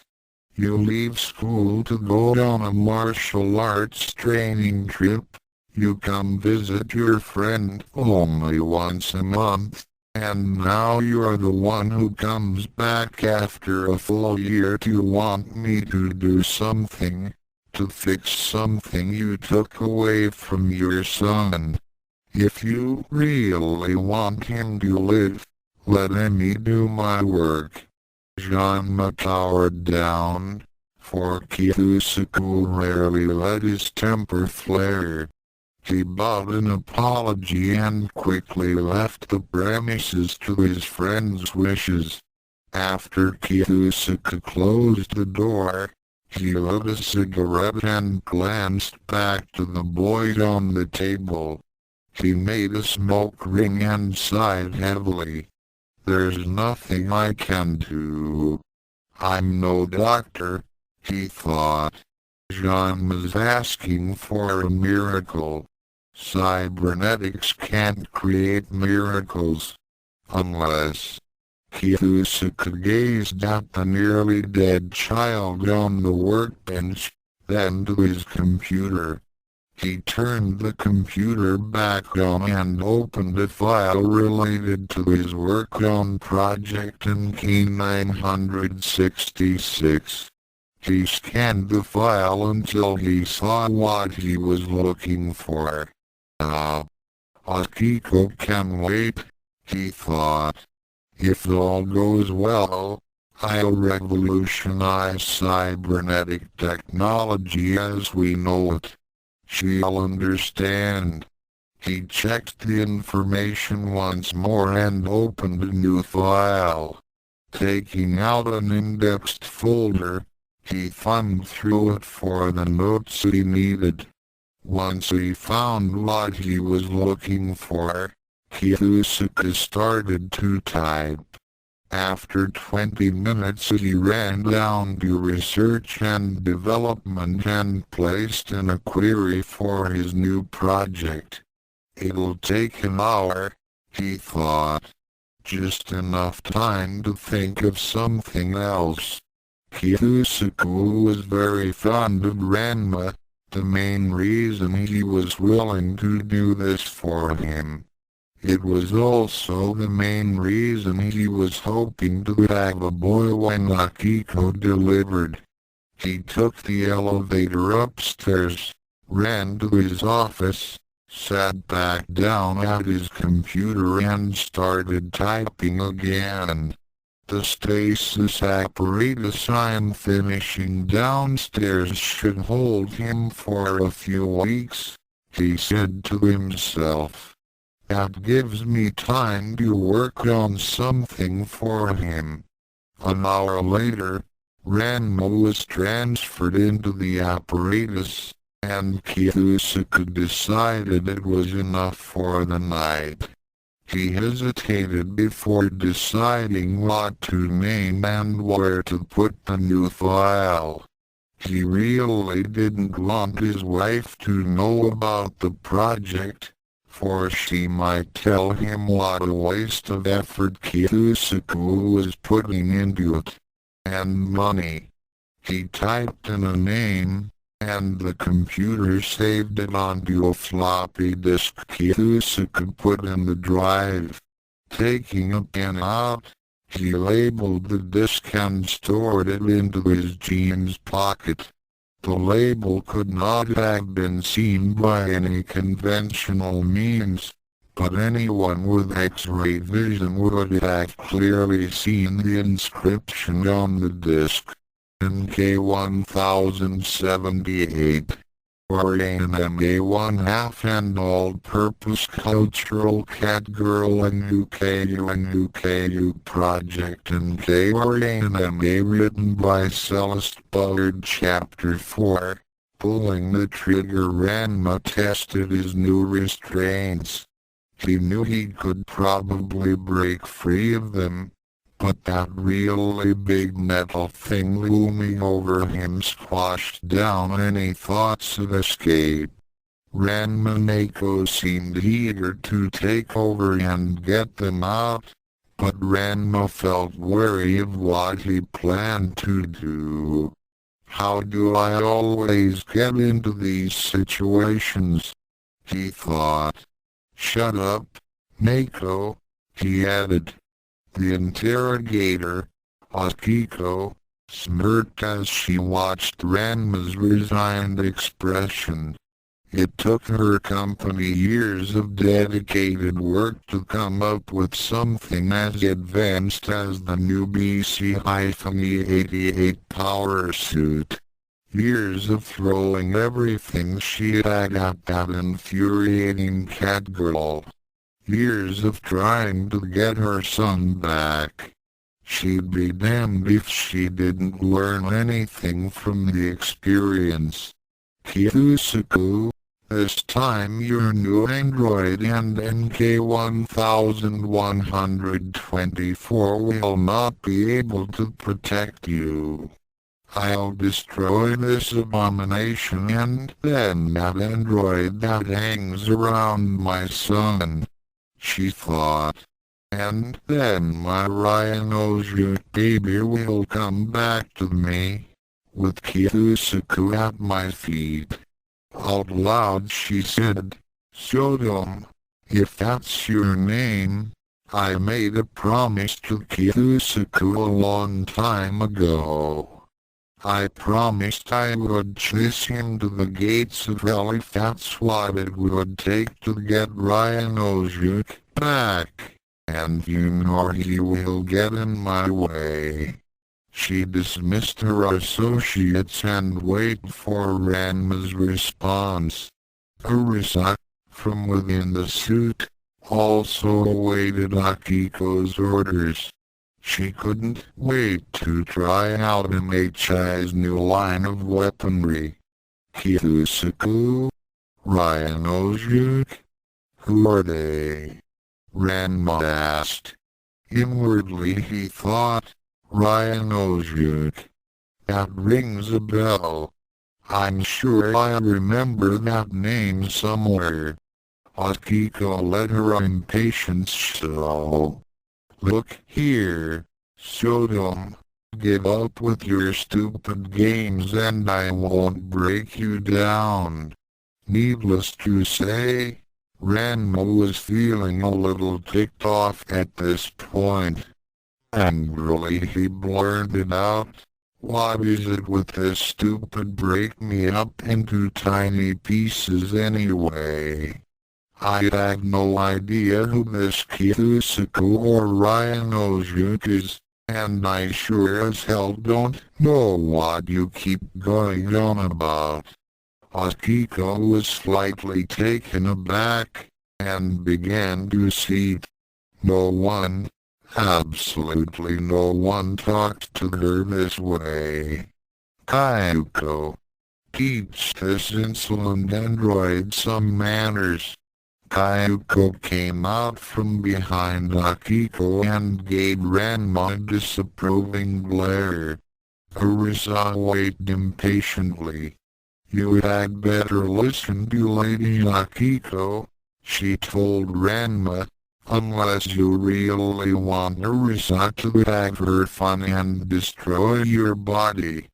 Ranma started to laugh. "Oh sure, the cops really like this. Look," he said between chuckles, "if you eliminate me, the police will be all over this building with search warrants and the like.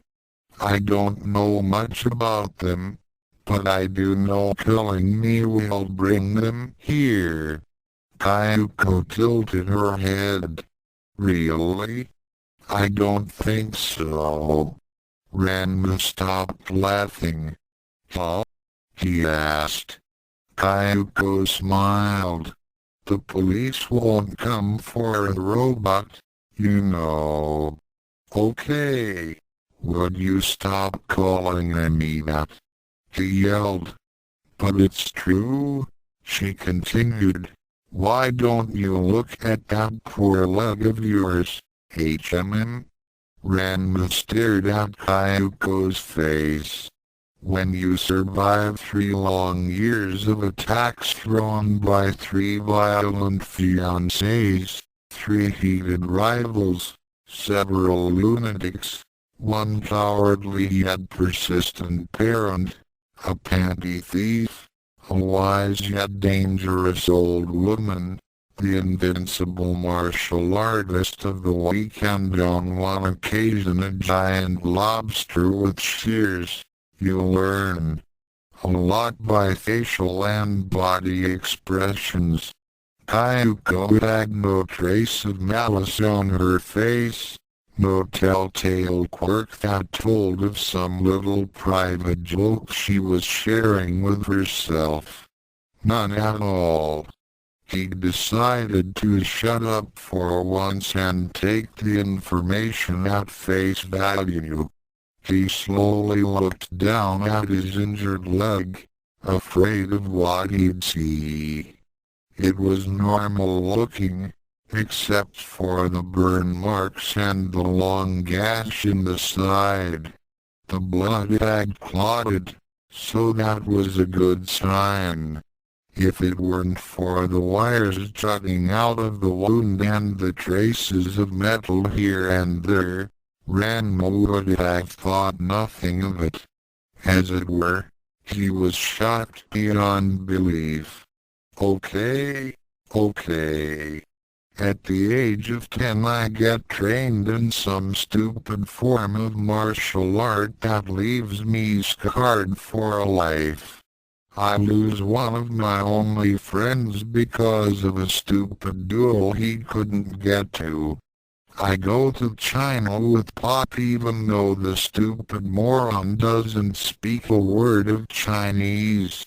We go to the stupid training grounds of Juzenkai where I get cursed to turn into a stupid girl. I get into a stupid fight with Chinese Amazons and get the kiss of death, and get chased out of the stupid province. Pops and I come back to Japan where I learn he arranged a stupid marriage. Not to one girl, but to at least 17 of them. I have stupid rivals I don't want because of having multiple fiancés. I get nearly killed almost every day because of the stupid life I lead. I find out I've had an alternate personality for 8 stupid years. And to top it all off, I've got stupid metal things jutting out my stupid leg. Stupid. Ranma instantly took over before Ranma could scream his head off. He would have found out sooner or later, Arnako thought. It's just as well these funny people decided to tell him instead. Ranma looked back up and met the gaze of Kyuko. He couldn't talk, for Ranma's mind had to be stable in order for speech to occur. After all, he was just a cat, and there was only one thing he could do. He stuck his tongue out at Kyuko, making one of the silliest faces ever. At least he could get back at them this way. Slightly peeved, Kyuko dropped her mannerisms and stuck her thumbs in her ears and blew a raspberry. It then became one big contest, to see who could make the stupidest expression at the other. This happened for a few minutes with Akiko and Arisa giving them strange looks. It wasn't long before Akiko had enough. "Stop it!" she yelled. The volume of her voice threw Kyuko back, and Ranma hissed, "Kyuko, shouldn't you be acting more your age? I can understand this Shoto acting like a spoiled brat, but I expected more of you." "Hey, that wasn't very nice," Ranma objected. Akiko whirled on him and poked him in the chest. It was bad enough Kiyusuke built a super weapon shaped like some teenage girl in his sick fantasies. Now he builds one to become my Ryanojuke's older brother. He has no idea the bad influences that could come from this. Ranma may not have been very bright, but he did understand certain key points to the conversation. There were more of him. This Kiyusuke built him and made him think he was human. He did damn good work. I can live with that, Ranma thought. I'm cursed to turn into a girl. I have multiple fiancés, all who are incredibly violent towards me, and I have millions of guys who want to kill me. Being a robot sounds like a picnic. Do you always assume things created by this Kiyusuke are bad? What's it to you, anyway? Ranma asked out loud. Kyuko backed away hurriedly, knowing what was to come. Akiko walked up to Ranma until she was just centimeters from his face. "Kiyusuke was my husband. It's bad enough that he ran away a few years ago taking his projects with him. But to take my son away to expose him to the dangers of the outside world. He's such an irresponsible father. Hey, from the way you talk about this guy, I'd say he's doing a fine job of raising the kid." "What? Kiyusuke leaves Ryanojuke under the care of that robot most of the time. Lot better than turning the kid into a bubblehead. Why you Under my care, Ryan Ojuk will become well educated with private tutors and have servants at his beck and call, turning him into a lazy freak. Don't you dare talk about my son that way. Kiyusuke put out his cigarette and checked his watch. Nuku had left 2 minutes ago, so that meant, well, it meant she'd be back any second now. 5. Nabiki put down the phone and grinned viciously. She smelled a nice situation to take advantage of, and she planned on milking it to the extreme. She calmly wrote down a few things in her notebook and hid the phone back under the desk. Consulting her previous notes, Nabiki walked to her window and opened it. She saw Akane toweling off and felt it was a good time as any to start. She'd call the Nakeful and Nukins after. Akane? She called. Akane looked up to see Nabiki beckoning from her window. Hi Nabiki, what do you want? She asked, finished with wiping the sweat off her face. Nabiki smiled her usual predatory one. There's some information that might interest you. 4. Kayuko nervously watched the verbal battle from a safe distance. She was very fascinated. The boy seemed to be shooting down any of Lady Akiko's reasons to take back her son. She had thought Akiko and Kiyusuke were unique in their own ways, but this boy seemed to be a combination of the two. She was also shocked that she was secretly hoping the boy would win. If he were to win this confrontation, it meant no more injuries to Orisa and no more millions of dollars wasted in a fruitless pursuit. That also meant no more work for Kayuko, so she instantly sided with the CEO to be. That single quote it, Akiko said with her dangerous calm. I wasted enough time arguing with a simple machine. It's time for me to make you feel the power of Mishima Heavy Industries. She brought her face back and pointed a finger at Ranma. And to illuminate you with BC-88. Oh, we think we're so smart and smug just because we have a big robot that can blow 17 kinds of shit out of me. Huh? Well, I happen to be a martial artist and I can make you kiss that high-tech bucket goodbye, Ranma thought. How? I don't know. Ranma Nako's thoughts, however, were not as elaborate.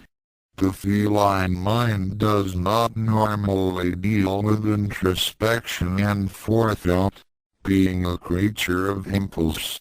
Ranma Nako was not normal, so the laws of feline thought did not apply here. In fact, Nako's thoughts could be considered the biggest leap for the evolution of cats, and they went like this. Must get out and play with such a big dangerous toy.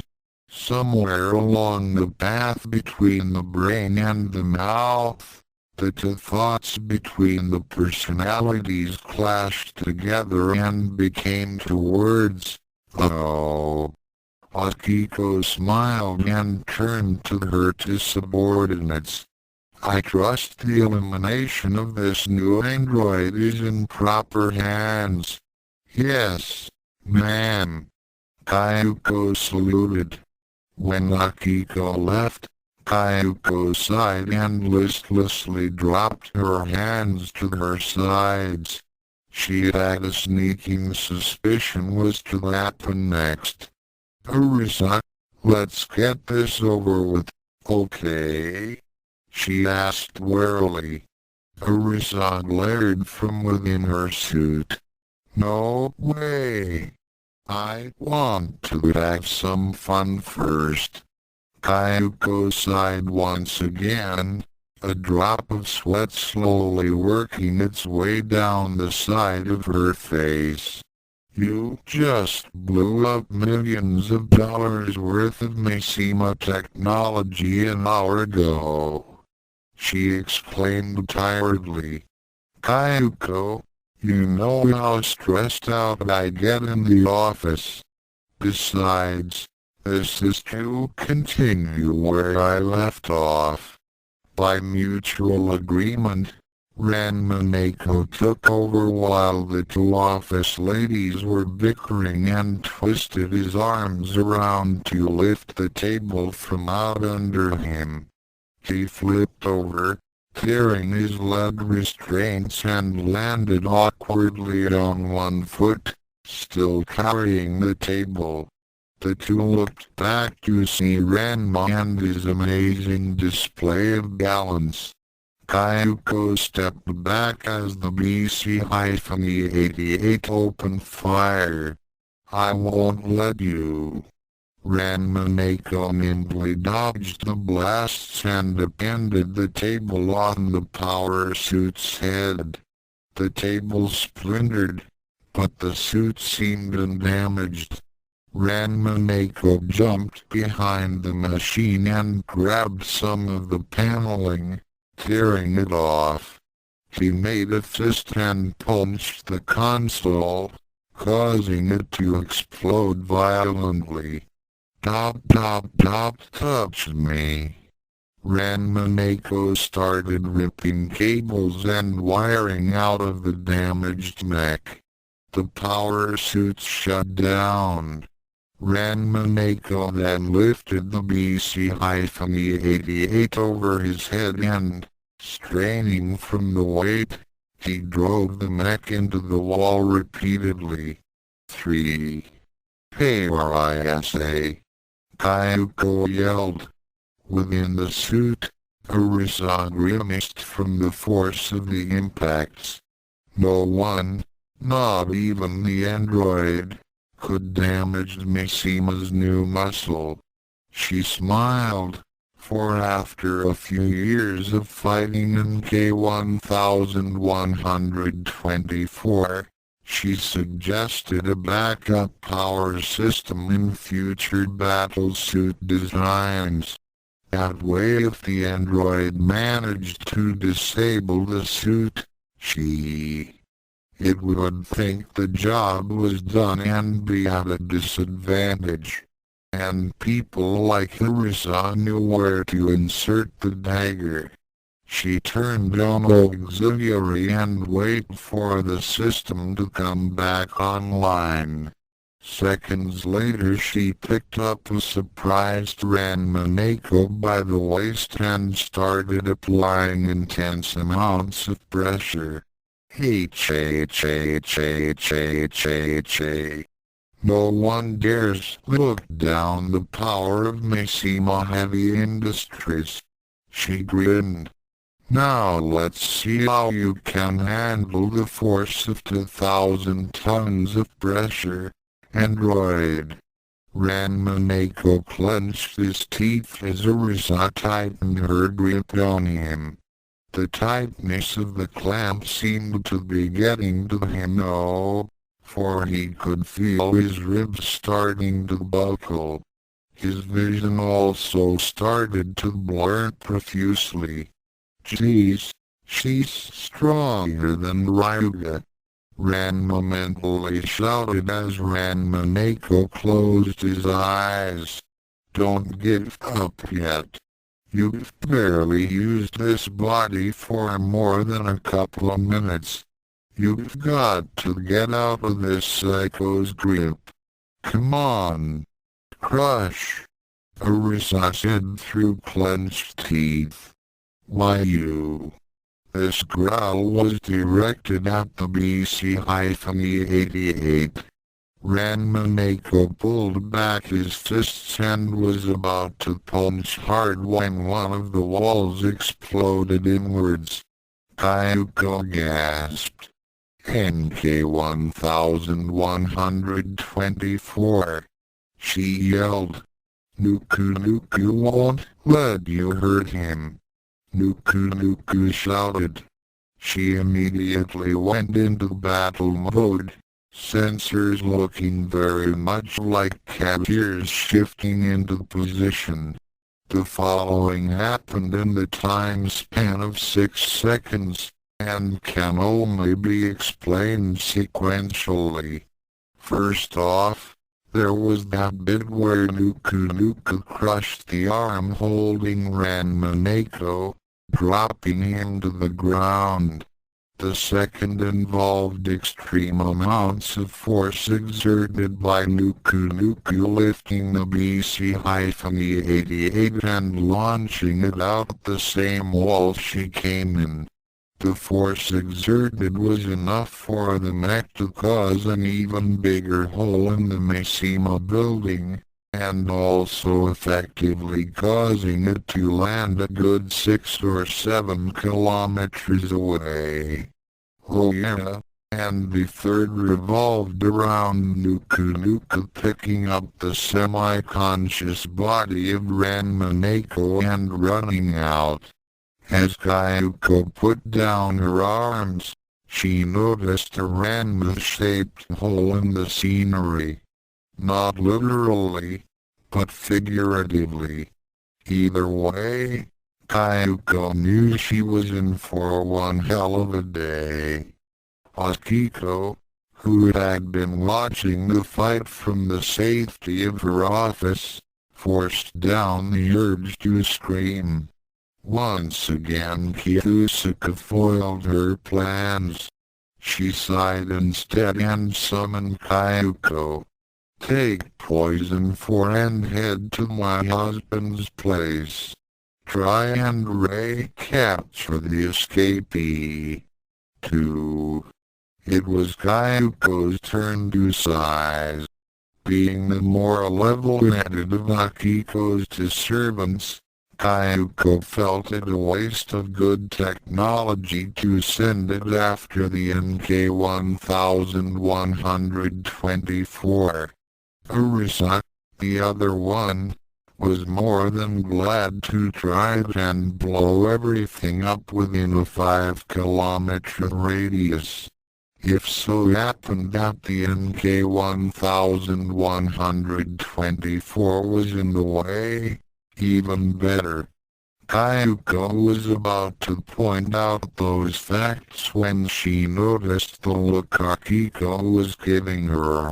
Any thoughts of rebuke were squashed down, for years of experience told Kayuko never to question her superior's motives.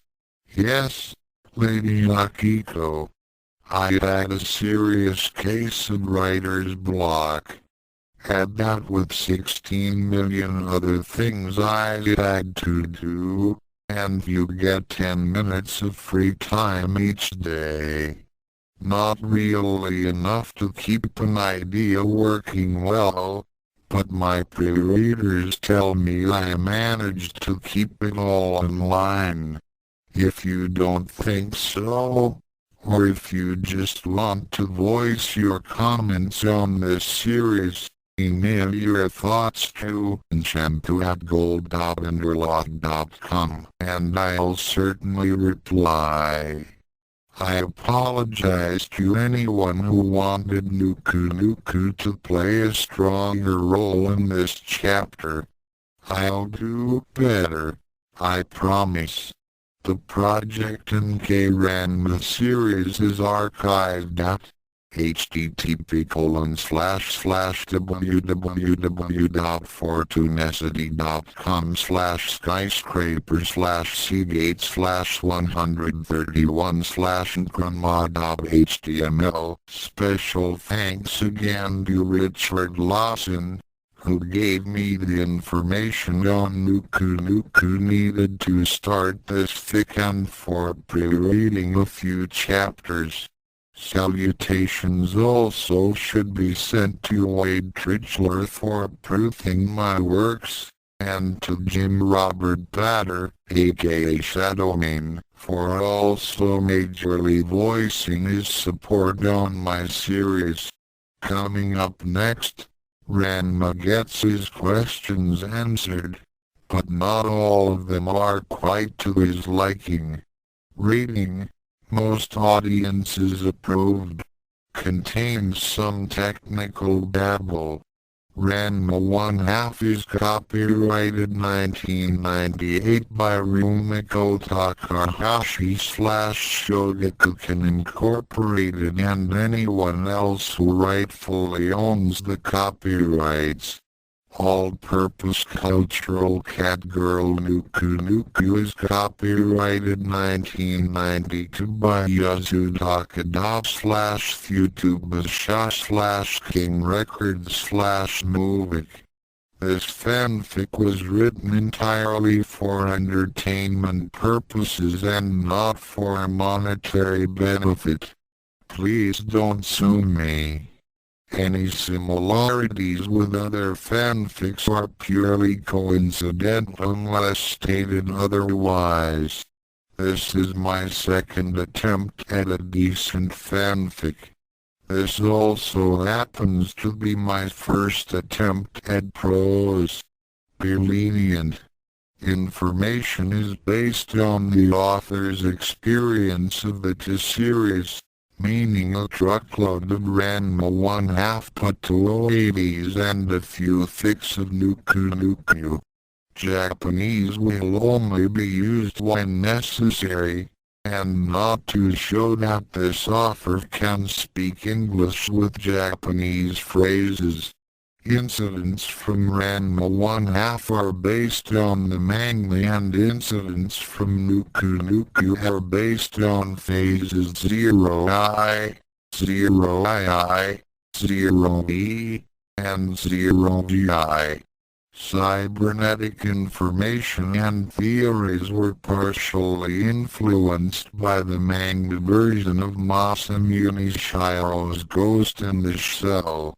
The rest came to me in a dream. You'd be surprised as to the amount of junk that comes to me when I sleep. Some parts of this fanfic were influenced by Terry Pratchett's Discworld novels. If you haven't read any of them, shame on you. If you've just stumbled upon this, please read the previous chapters to understand anything in this one. Natsume Kiyosaka clenched his teeth as he drove home. It was Christmas Eve, 10 months after Ranma dropped by at his office with a nearly dead Ranma in his arms. 10 months ago he had seen it as his duty to give the helpless boy a second chance. He was torn, however, between working on NK 1078 and seeing his new baby boy. Ryan Ojuk was barely a few months old, and Kiyosaka felt he must act like the responsible father he should be. Strangely enough, Akiko actually encouraged his workaholic activities and didn't mind when he often came home late. She assumed he was working on something very important for Mishima Heavy Industries, and could tolerate almost anything if a profit could be made. Kiyosaka was working on a very important project, but not in the way Akiko was thinking. In the span of 6 months, Kiyosaki studied reports and documents on the human brain and the connection between the frequencies of human brain waves and the characteristics of movement. With this knowledge he managed to create and build a working neural signal interface. It analyzed the frequencies in a brainwave and electrochemical reactions in the neurons. It then sent messages to what Kiyosaki called a central neural company processor for interpretation. The message was then compiled and executed.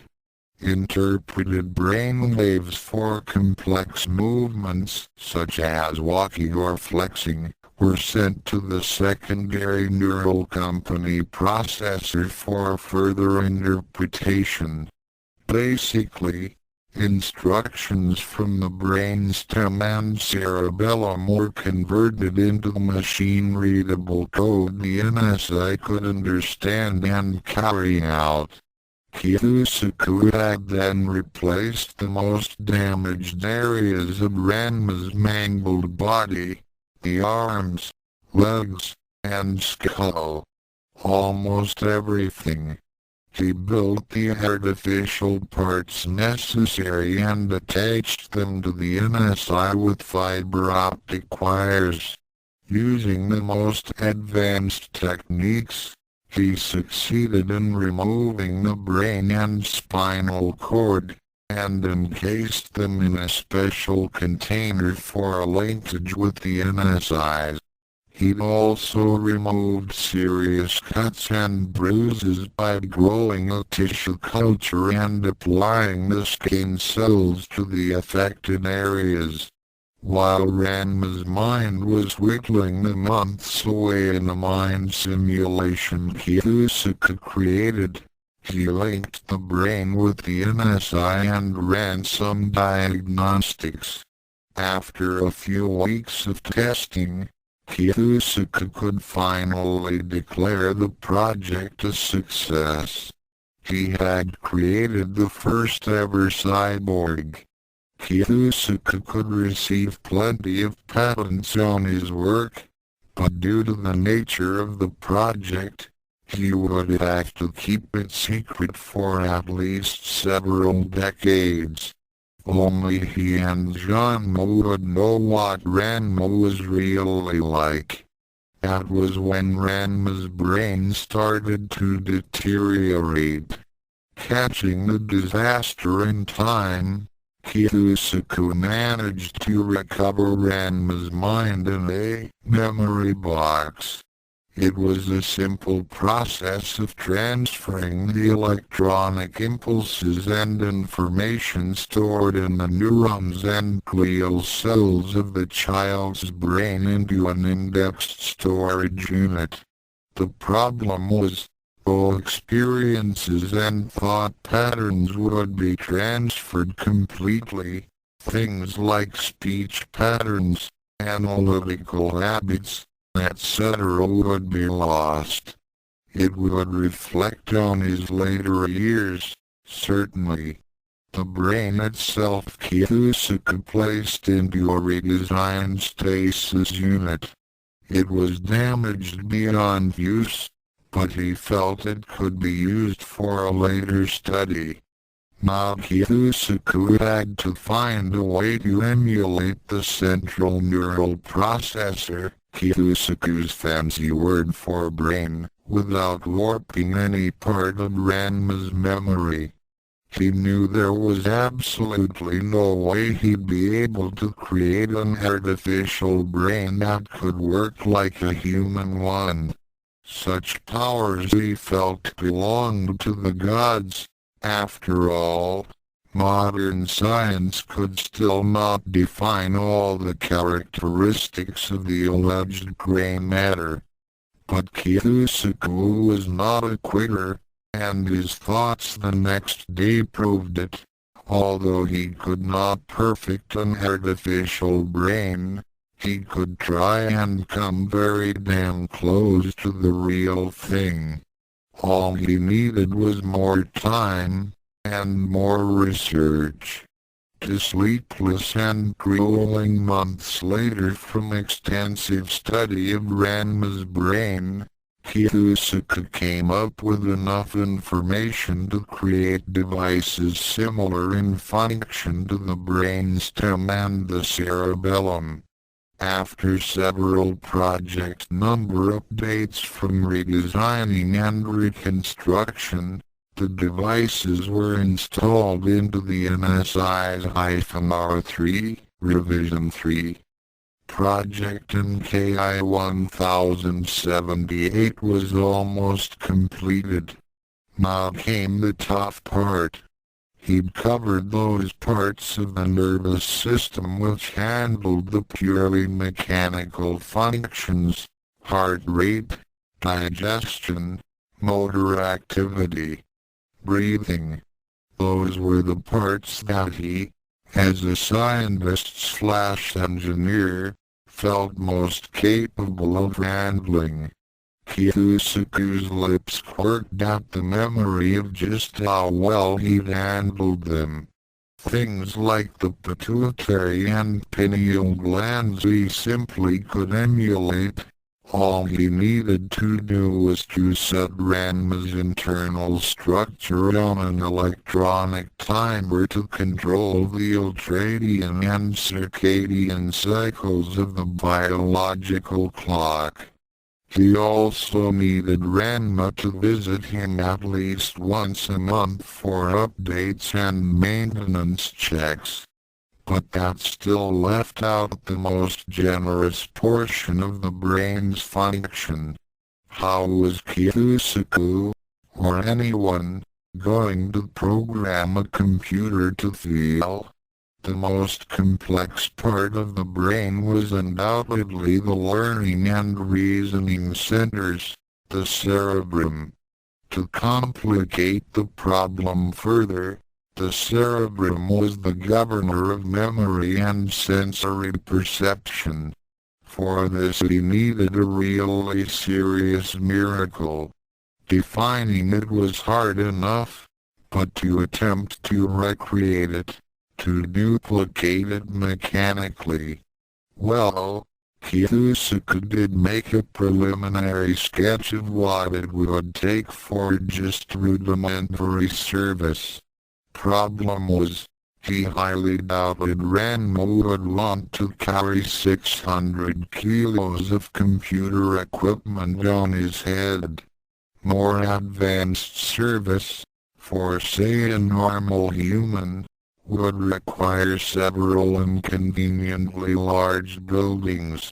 The technical details of how to work it began to rise up in Kiyosaku's mind, but with uncharacteristic vehemence he shut them out as he made a turn down through city streets. Not with Ranma. The boy was going to lead a fairly normal life. As normal as Kiyosaku could make it. Anything else would be a failure. In an alley not far down the street, 3 adolescent boys were chasing a stray cat. It was a mother, and was racing away hurriedly with one of her kittens held firmly in her jaws. Kiyosaku at first didn't see them, being lost in the world of technical diagrams, electron flow rates, delta waves, and optical physics. It was when he saw the 3 young boys running out onto the street that he grabbed the wheel screaming and began swerving and braking. The tires of the Land Rover shrieked as they sought purchase on the asphalt. Get out of the way. There was silence. The engine of the Land Rover stopped and started to cool. The 3 boys stood in a huddled group, suddenly afraid. No longer thinking of chasing anything, the guilty party disappeared. Why they were out so late at night, Kiyosaku would never know. He then got out of his vehicle. There had been a slight impact when he stopped. He was sure of it. But if it wasn't one of the boys who was hurt. He got out and kneeled down to look under the vehicle. There was the mother cat, crouched in concern over the mortal remains of her offspring. The kitten's body was partially crushed under the weight of the tire, its hind legs no longer active with the rest of it. She licked her child once, then fled from the presence of the looming human. Disheartenedly, Kitsuka climbed back into the Land Rover, switched into reverse and backed it up a few centimeters, then went to scoop the fallen body from under the tire. The kitten was still breathing, but it wouldn't be long before it took its last breath. He felt as crushed as the body he was holding, having been thinking so hard about saving one life that he had been careless and took another's.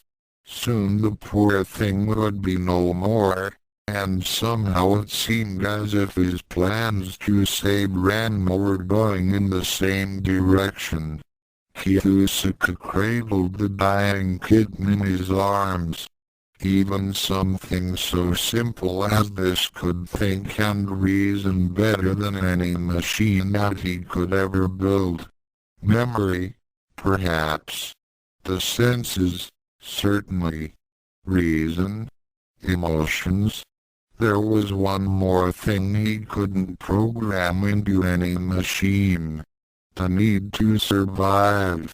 Even as the kitten looked up pitifully at Kitsuka and mewed, he saw it in its eyes. It wanted to live. Kitsuka sighed. Leave it to fate to send him back to square one. If he couldn't even save the life of a little kitten, how could he ever hope to save the life of Janma's son? The kitten's body was destroyed, and Ranma's neural matter was unrecoverable. To situations, no answer in sight. It wasn't as if their parts were interchangeable. The cigarette fell from his mouth, forgotten. He looked up as the first snowflakes of the year started to fall. Their patterns were mesmerizing, and Kitsuka couldn't help but watch for a few moments. Kitsuka bundled the cat carefully and quickly dropped it onto the passenger seat before he even finished his sentimental thought. Ripping streaks of rubber into the road, he jumped the divider and began racing back to the lab, flipping a switch on a little device that would tell the lights between here and there to turn green when he needed them. He knew with analytical certainty just how long a brain would survive without oxygen. There was still time, and he was determined to use it. Kitsuka had a plan. Everything else could wait. Anime 1/2 and all-purpose cultural cat girl NUKU project NK Ranma written by Celeste Bullard Chapter 5 Newfound Origin hyphen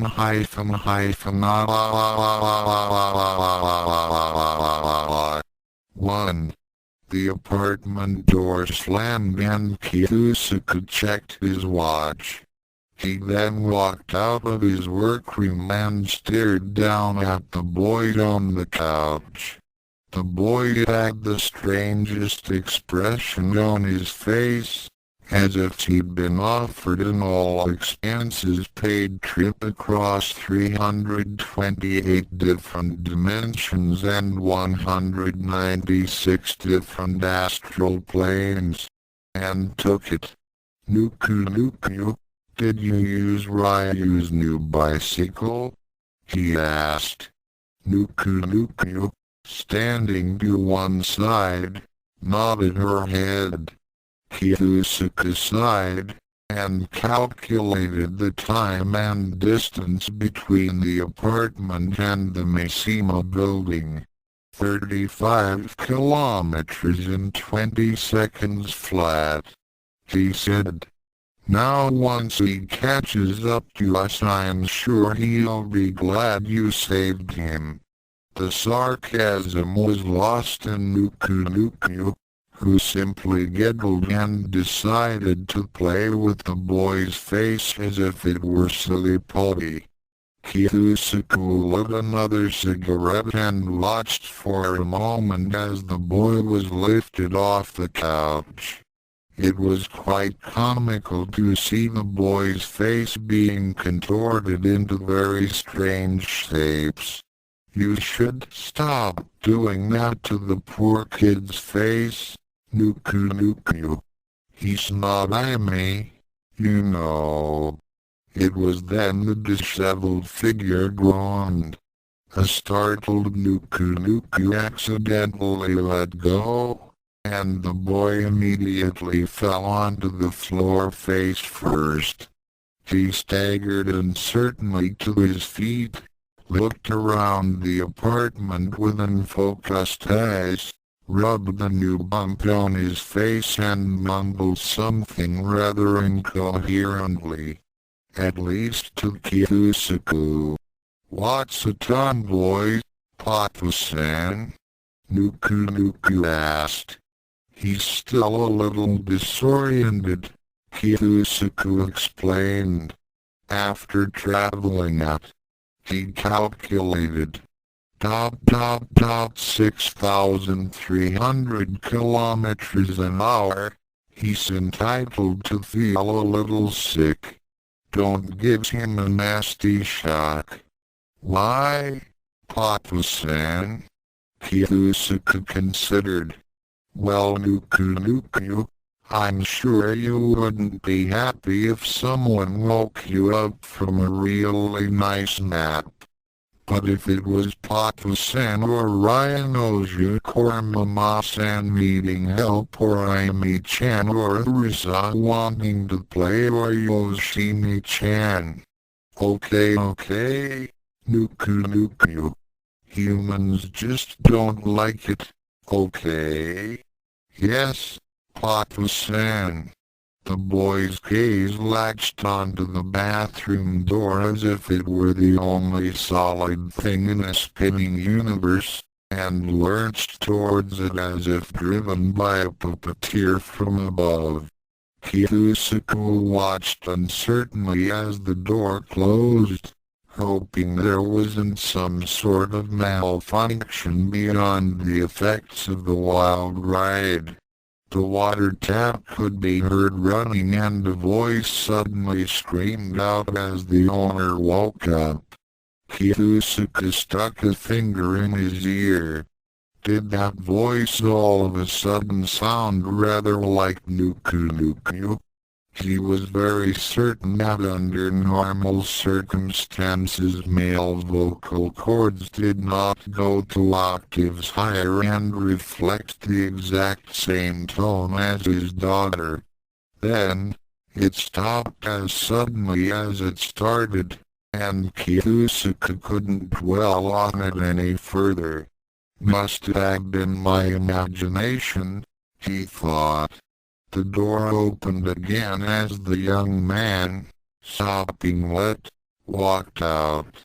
Ranma blinked at the Natsumes, as if he was just merely operating on conditioned reflex earlier.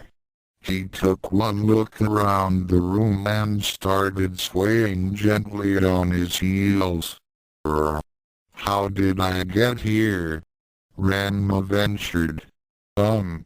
Nuku brought you here, said Kiyusuke, and under 20 seconds too.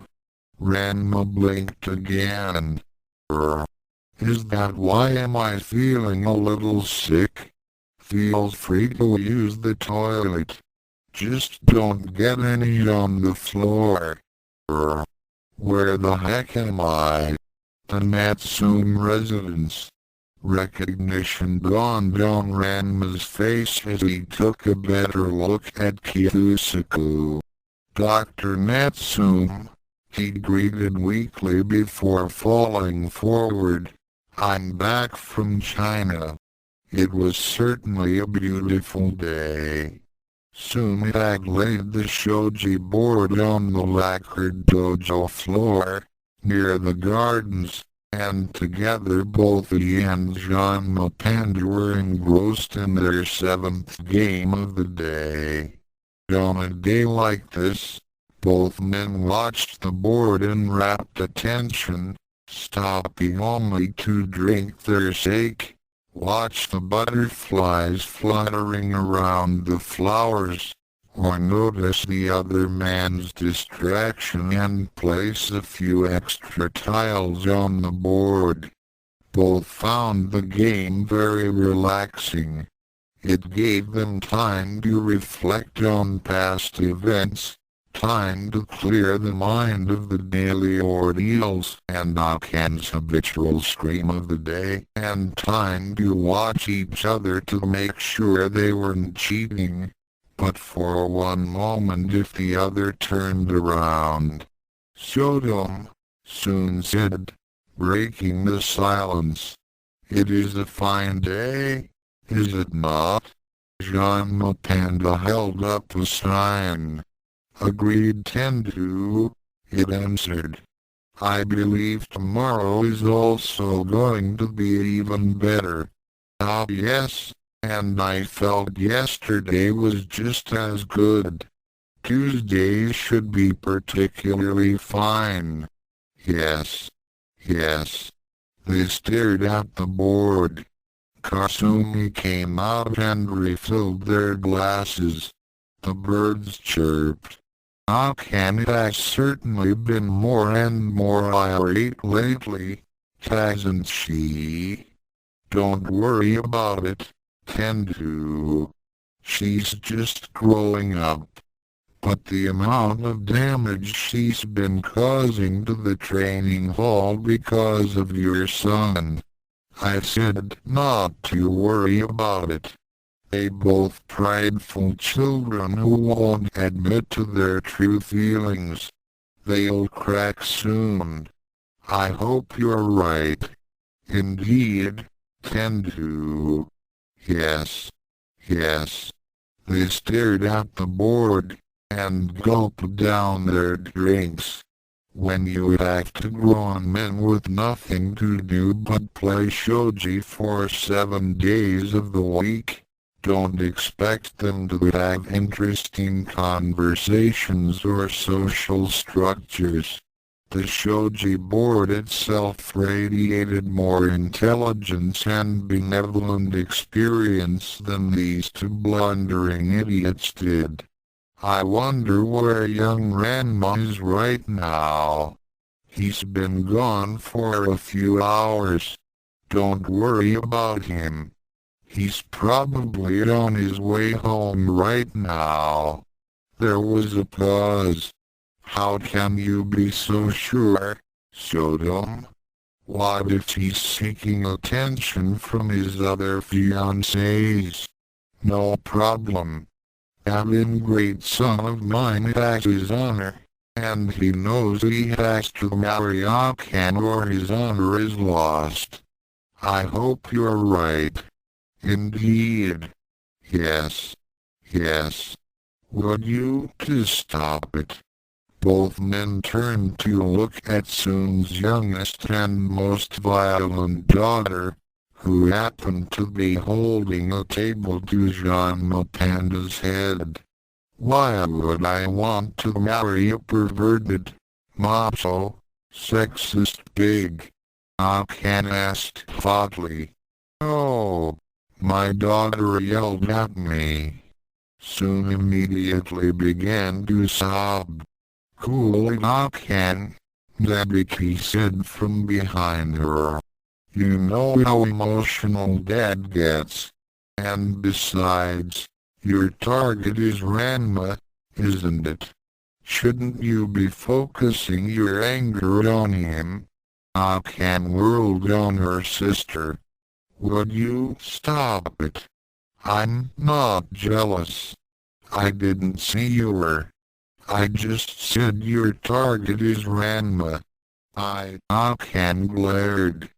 But you made it sound like he was with another girl. And if he is, I'll pound him flat. This is all his fault. Like I said, cool it before I charge double for Ranma's whereabouts. Oh, my youngest daughter is concerned for her fiancé. No matter what the price, she'll find him and bring him home. Brings a tear to my eye. Honestly, I can't understand you two. Akane yelled before dropping the table. She walked off, Zabiki trailing behind. Hey wait sis, Jean Panda heard Zabiki say. I gotta call a few people first. Soon immediately calmed down, the shed tears leaking through the cracks in the wood and nourishing the flowers underneath. He turned back to Janma. Do you think they'll find him? He asked. Janma held up another sign. With Zabiki arranging things, I'm sure it'll happen. Anything could happen today. It seems today won't be so good after all. Indeed, tend to. Yes. Yes. Cologne stepped out of her hiding spot in the shadows and hopped away, oblivious to the two grown-ups. They're both morons, she muttered. Ranma was still asleep. At least, in the literal sense of the word, he was currently unconscious in the materialistic plane of the third dimension. His mind, somewhere in the 766th, was quite alert, and talking with itself. Mako, would you quit it already? But Ranma Mako wants to go out. Ranma groaned as he watched his feline counterpart bounce around the abyss he would under normal circumstances call his head. Lay it off and let me sleep in pain, will you? He groused. I think I've had to wake up 4 or 5 times already today. No one will miss me if I decide to sleep the day off. Ranma can sleep the day off, but Ranma Mako wants to get used to his new body. Geez, why don't you just go then? He asked. Ranma has to let me out, Mako answered. I can't just go whenever I want. Ranma thought about it. Oh yes, he thought sarcastically. We can all see the logic in not letting him out. Oh yes, keep yourself locked in for 8 years and see what you want to do. Shut up, he said. What? Asked Mako. I wasn't talking to you. Ranma Mako shrugged. Oh. Ranma thought about it some more. What could he do? Alright. Fine. Have it your way. Just don't do anything I'll regret later, okay? Like, anything I wouldn't normally do, I guess. The safe route. Okay, Ranma. and wake me up if it's important or if there's something to eat, okay? At the Nakoyadan. Meow, and well, great-grandmother. Come back from shopping so soon? Yes, my child. By the way, has Tendu Nabiki come in here earlier?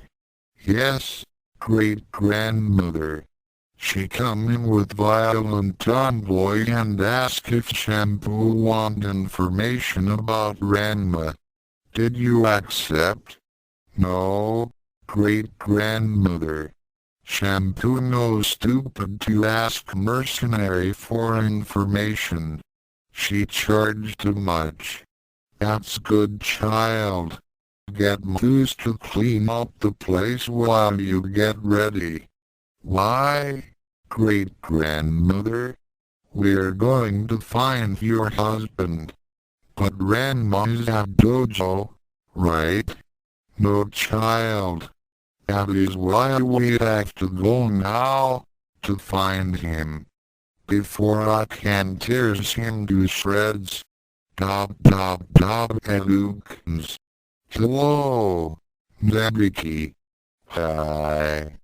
I'm here to give you some information regarding Ranma's apparent absence. How long has he been gone? About 4 hours.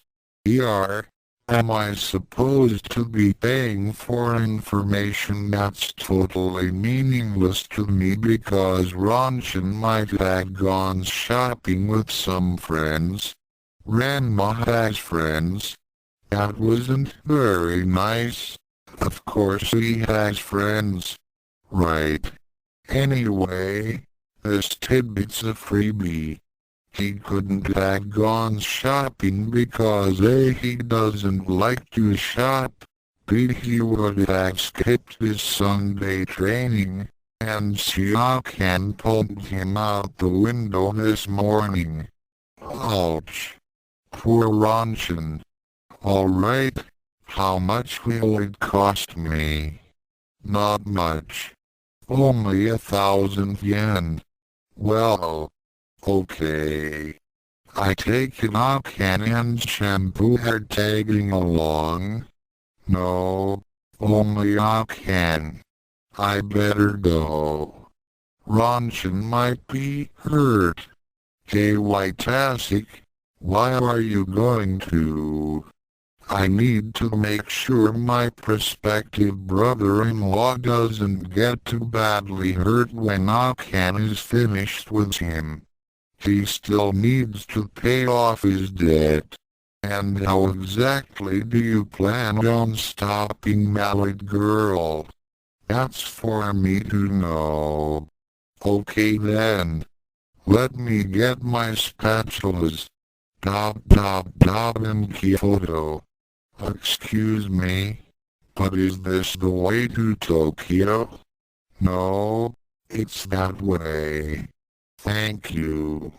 Hey, where the hell do you think you're going? It's that way. This way. No.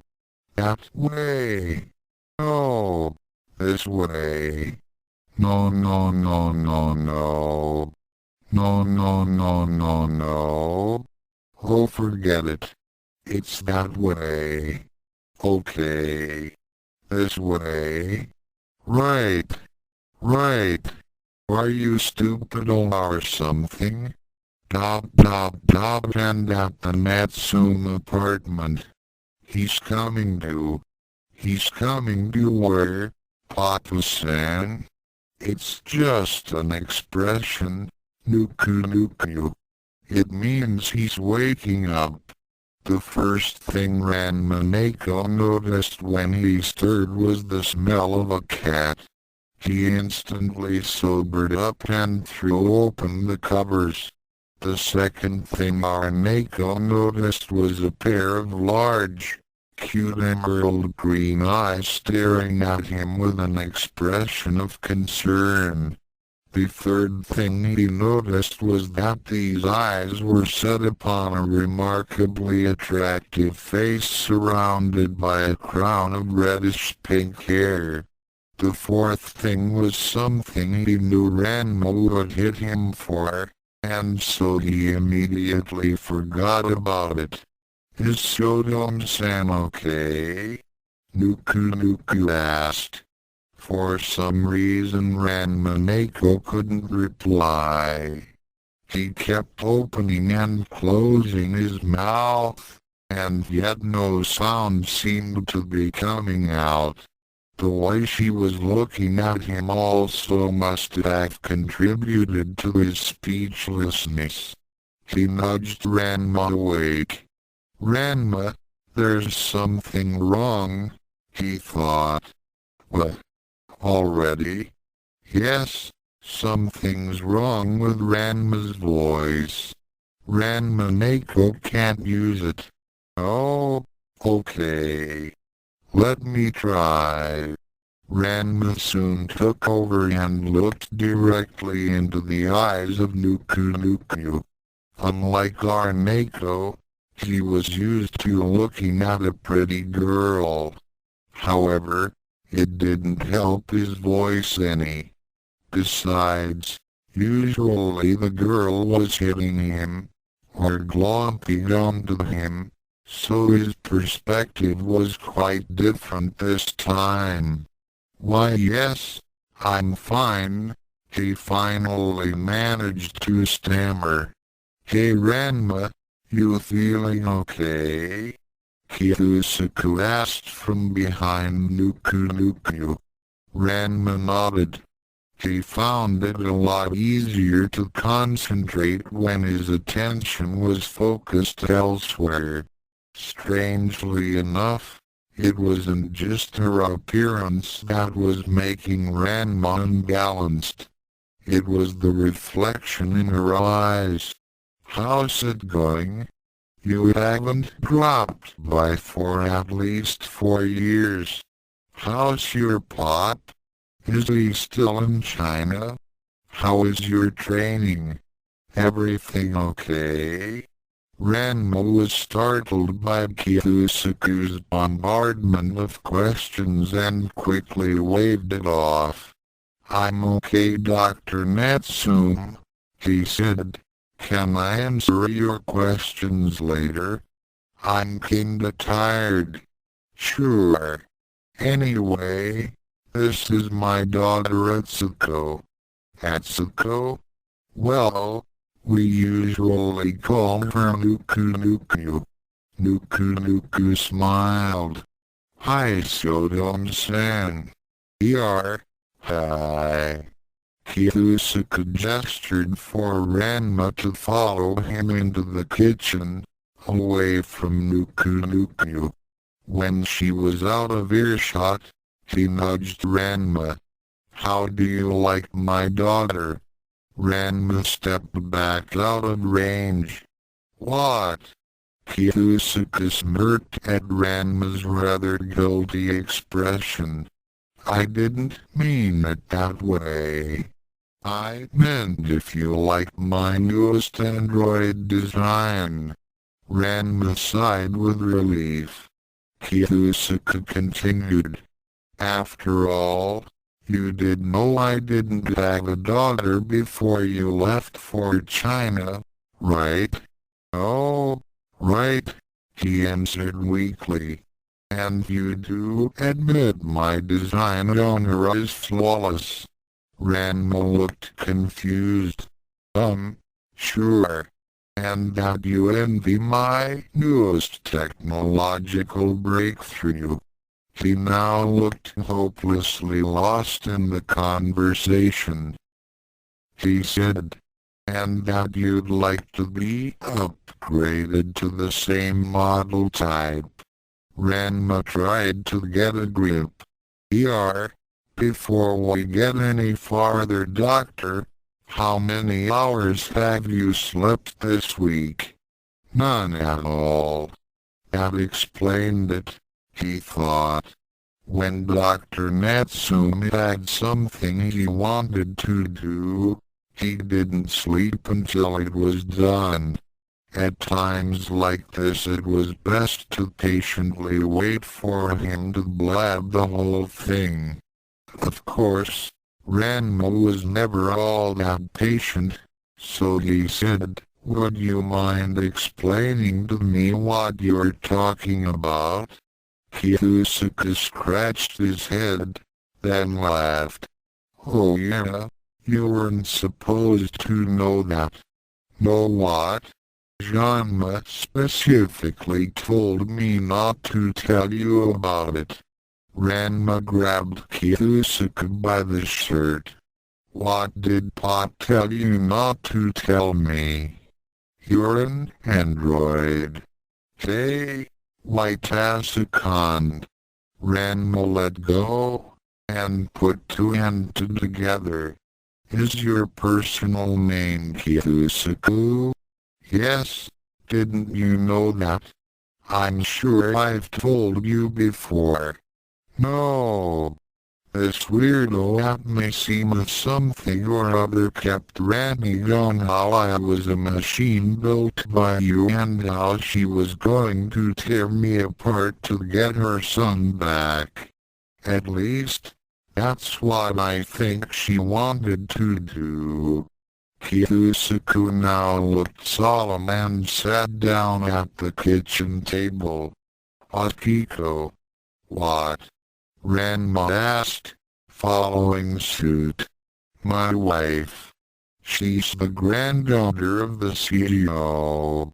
She always does things like this." "Oh, really?" "Her sense of business sometimes gets the better of her. When I mean business, I mean is it a money-making venture? Buy it if you can. Is it an obstacle between me and my son? Send in the troops and take no prisoners. That sort of thing. Let me fill you in on the last 4 years." Despite how much Ranma found this interesting, he really needed to rest. He asked Ranma to retell whatever Kiyusuke said to him later, and he readily agreed. Ranma once again went into dreamland. "It's all Pop's fault. It's always his fault," Ranma murmured before departing. Ranma saluted him, then tuned into reality. "Top, top, top, and here you are," Kiyusuke finished. Ranma was at a loss on what to do next. Ranma had told him to not do anything he wouldn't want to do. Wait, maybe a question would be in order. "So, I'm really a machine, huh?" he asked. After all, he thought, Ranma would appreciate me asking them for him. "Well, more of a cyborg. You're part human, part android. You see." Nuku watched from outside the kitchen as Papa-san talked to that boy she rescued from Mishima Heavy Industries. She didn't know why he wanted her to do that, but she rarely knew why Papa-san wanted to do anything. Nuku turned her attention onto the boy. She didn't know why she decided to stretch his face back there, but it was fun. There was something odd about Ranma, she knew. It may have been his choice of clothing, for Chinese outfits were usually only seen in circuses. It may have been his hair, for no one nowadays kept their hair so long and tied it in a pigtail. It may have even been his stance, for it had an unusual poised grace, indicating a seasoned acrobat or fighter.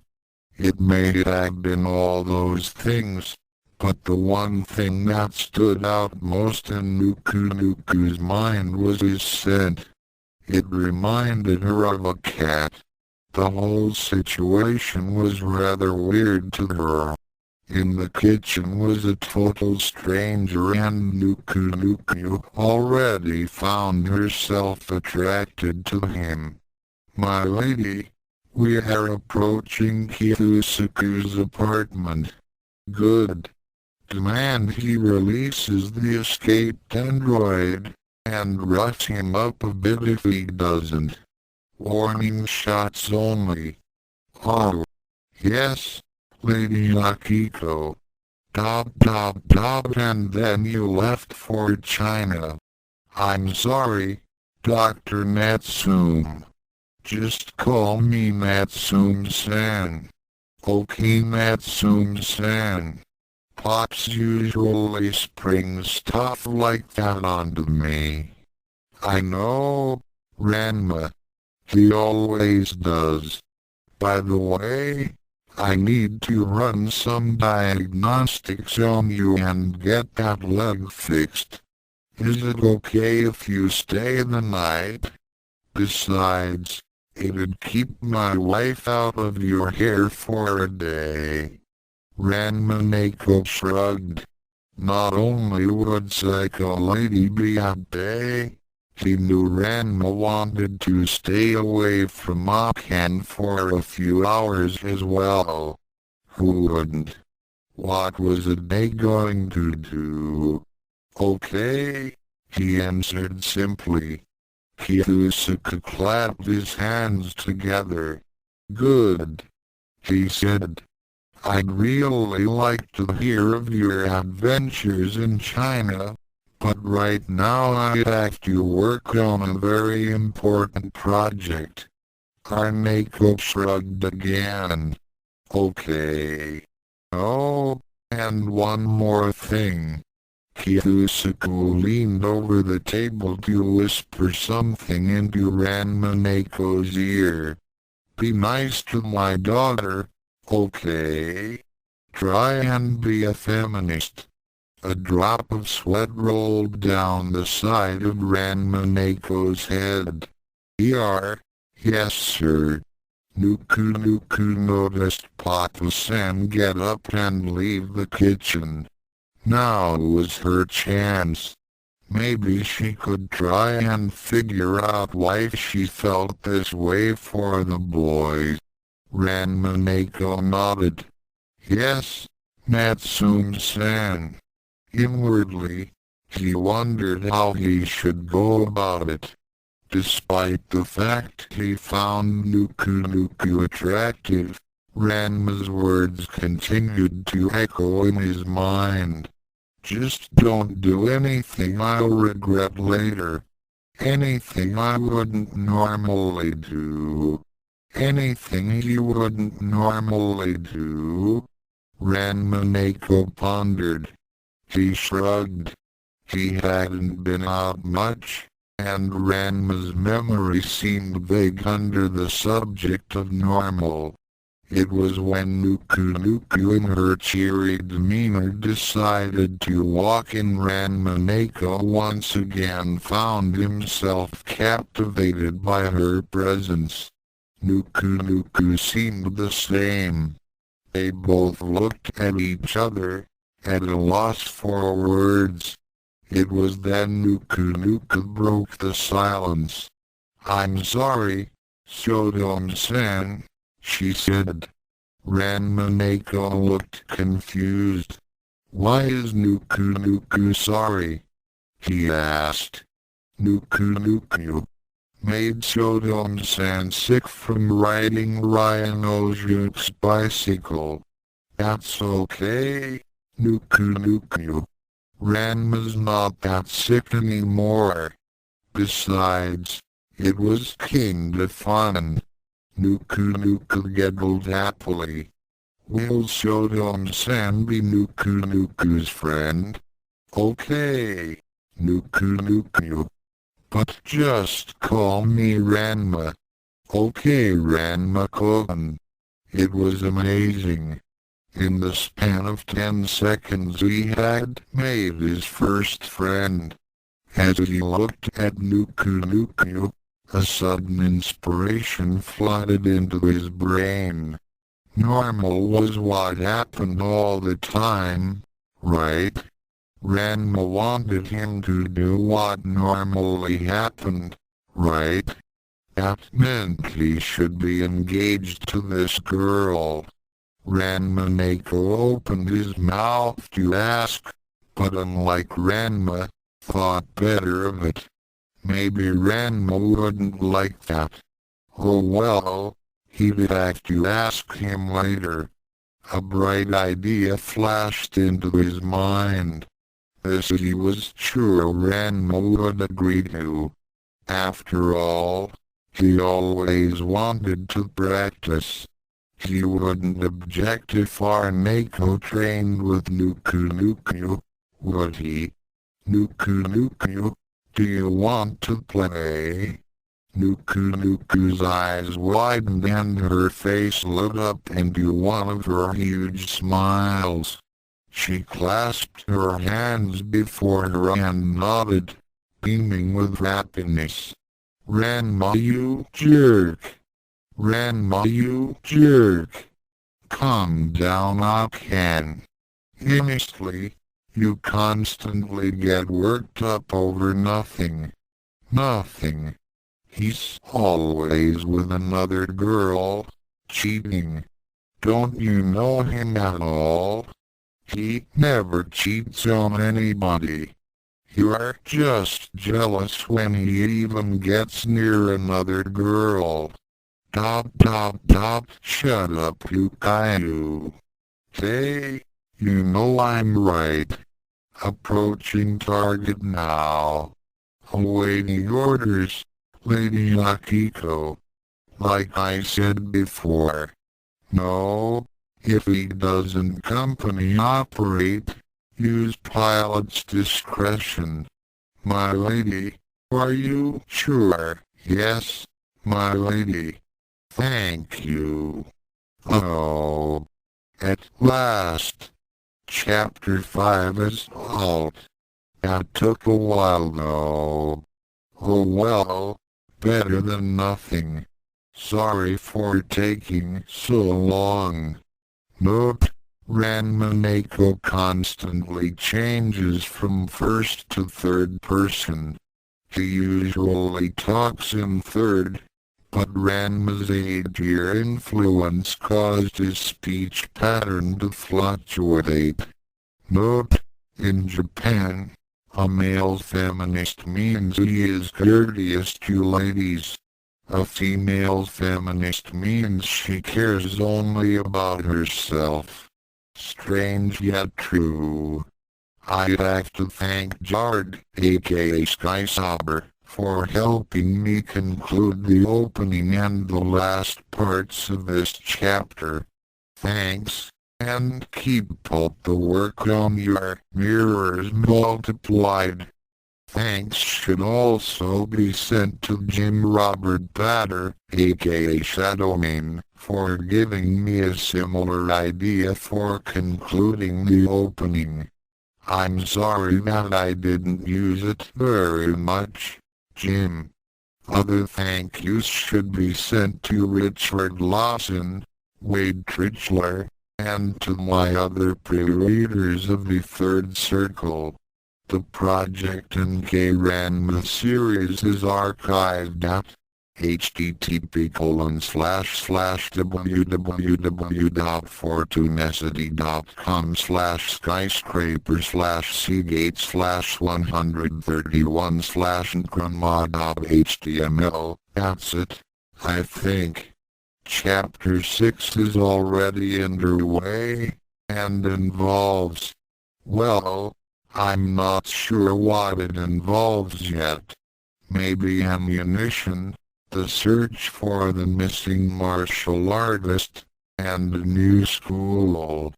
Don't take my word for it, I could be completely wrong. This worker drone does not express the opinions of the hive. Buzz off. Rating. Most audiences approved. Contains coarse language. Ranma 1/2 is copyrighted 1998 by Rumiko Takahashi/Shogakukan Incorporated and anyone else who rightfully owns the copyrights. All-Purpose Cultural Cat Girl Nuku Nuku is copyrighted 1992 by Yazutaka./Futubasha/King Records/Movic. This fanfic was written entirely for entertainment purposes and not for monetary benefit. Please don't sue me. Any similarities with other fanfics are purely coincidental unless stated otherwise. This is my second attempt at a decent fanfic. This also happens to be my first attempt at prose. Be lenient. Information is based on the author's experience of the two series. Japanese will only be used when necessary, and not to show that this author can speak English with Japanese phrases. Incidents from Ranma 1/2 are based both on the original manga, released by Shogakukan, and the translated one, released by Viz Communications. Incidents from Nuku Nuku are based on subtitled phases 0I to 0GI, released by ADV Films. Cybernetic information and theories were partially influenced by the original manga version of Masamune Shiro's Ghost in the Shell. The rest came to me in a dream. You'd be surprised as to the amount of junk that comes to me when I sleep. Some parts of this fanfic were influenced by Terry Pratchett's Discworld novels. If you haven't read any of them, shame on you. If you've just stumbled upon this, please read the previous chapters to understand anything in this one. What other tragedies must I suffer on the SAOGOME name? Kiyusuke looked up from his workbench in surprise at Janma, who was bawling his eyes out. That's not like him at all, he thought. He usually just talks in his moronic, solemn way. And crying. Something was definitely wrong. Janma-san, what's the matter? He asked as he was putting the finishing touches on Ranma. Janma ignored him and turned his head to face the ceiling of the small apartment. Oh, my son will never be able to pass on the Sodom school. He set failure to the Sodom name. Kiyusuke stared at Janma for a while, not believing his ears. What was he talking about? Ranma was his only son, his pride, and the only candidate for Janma to bully and train. He stopped to light a cigarette before continuing his thought. It was quite amazing. 1 year of work and Kiyusuke had done what other scientists had only dreamed of. All it took was some engineering, nanotech and biotech, and Kiyusuke had created the first cybernetic human being. Add that to the fact Ranma would have died had it not been for him. And Janma should have been proud. What was so wrong as to make GNMA of all people decide to curse his offspring? Why's he a failure? This he said aloud. Janma refused to answer. After a few minutes of waiting for him to elaborate, Kiyusuke decidedly changed tactics. Thirsty? He asked, getting up from the workbench. Janma looked enraged. Thirsty? Thirsty? Here I am dwelling on the loss of my only son, my heir and our traditions, and all you can say is thirsty. He yelled. Kiyusuke wordlessly went into the kitchen and handed Janma a bottle of Akane sake. Janma grabbed the proffered bottle and took a swig.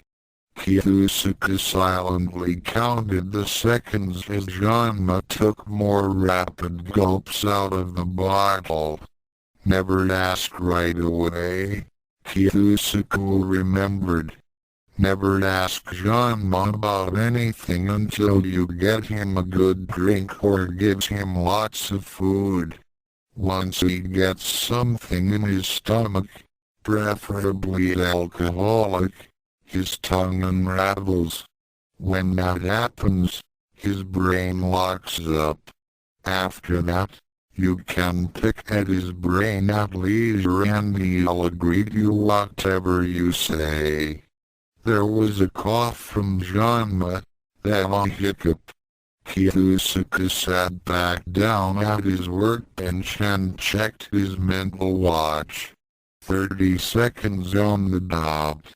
Whoa, he must be seriously depressed if he got drunk so fast, Kiyusuke told himself. He usually hiccups at 40. He examined the wiring of the neural signal interface while Janma's thoughts marinated in alcohol. When Kiyusuke felt Janma was plastered enough, he struck. Why is Ranma a failure? He asked. Janma faced him, his face flushed and his breath horrible. Asterisk hit asterisk as Ranma's no longer human. He can make. Oh, that's a little. What as a word? Kids.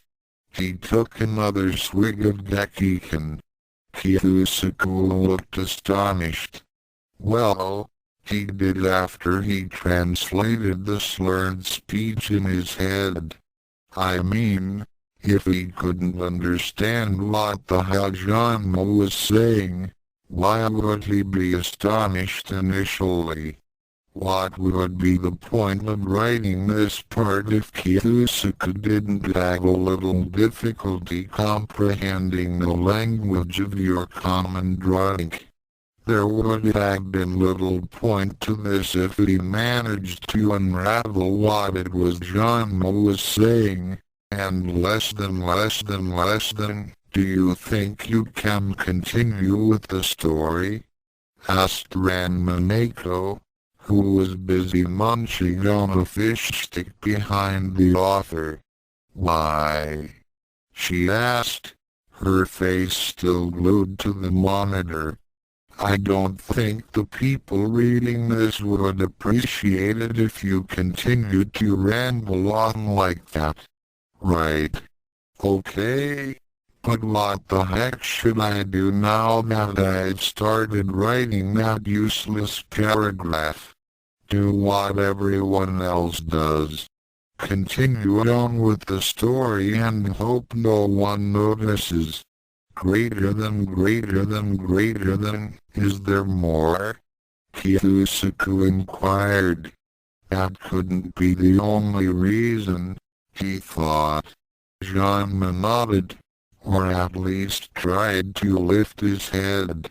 He can learn to be strong, like his old man. He pounded his chest proudly, yet drunkenly. Now he's strung like a train. 'Tis strung. It's not dead bad though. Kiyusuke tried not to laugh at this, after he deciphered it.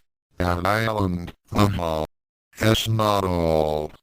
Asterisk hit asterisk kana. Oh damn, adds a word. Fadasicana go. It's big and strong and DA-like. Exercise? No. It's not that. Grow? Yeah. That's DA1. Asterisk hit asterisk he can't do it. At all? The scientist asked with tired patience for the drunkard. Asterisk hit asterisk nay. He missed one odom. Damn it. I can't remember. Oh yeah. Years old. Training. They were all decent reasons. But Kiyusuke highly doubted he could explain the solutions clearly when Janma was drunk and all. He decided to take a shot at it anyway. Yeah, interesting points, but I already took them into account, Kiyusuke said eventually, but evenly. Despite his drunken stupor, some words managed to register in Janma's head. Now to them. Yeah. About the kid's thing, I've only replaced his head, chest, and limbs. I didn't replace any of the perfectly functioning organs. I mean, how's he going to impress the ladies? As for strength, he's still the same. Janma seemed a little bit more coherent. What? He asked. Ain't he a robot? Ain't robots strong? Well yes, robots can be in theory super strong, but only if the joints are connected to a sturdy frame of the same material. Ranma's arms and legs are still connected to bone, and if he were to lift something way over his usual strength, he'd dislocate his arms. Janma thought this over to the best of his ability. So what you're saying, he said, is if Ranma were completely robot-like, Bushels he's not, he'd be more asterisk hit asterisk powerful. Kiyusuke figured Janma wasn't drunk enough yet. He got the gist of it, after all. Well yeah, he answered. Then why don't you make him asterisk hit asterisk powerful? Kiyusuke was startled. Huh? He asked. I thought you didn't want him to have incredible strength. A martial artist in Ghana. Turned out I'm on a single quote van single quote AG Kenj. Advantage? I thought martial arts were based on skill. Well, hey. Bushels with anything goes. You use on asterisk hit asterisk a single quote van single quote age against Yapman.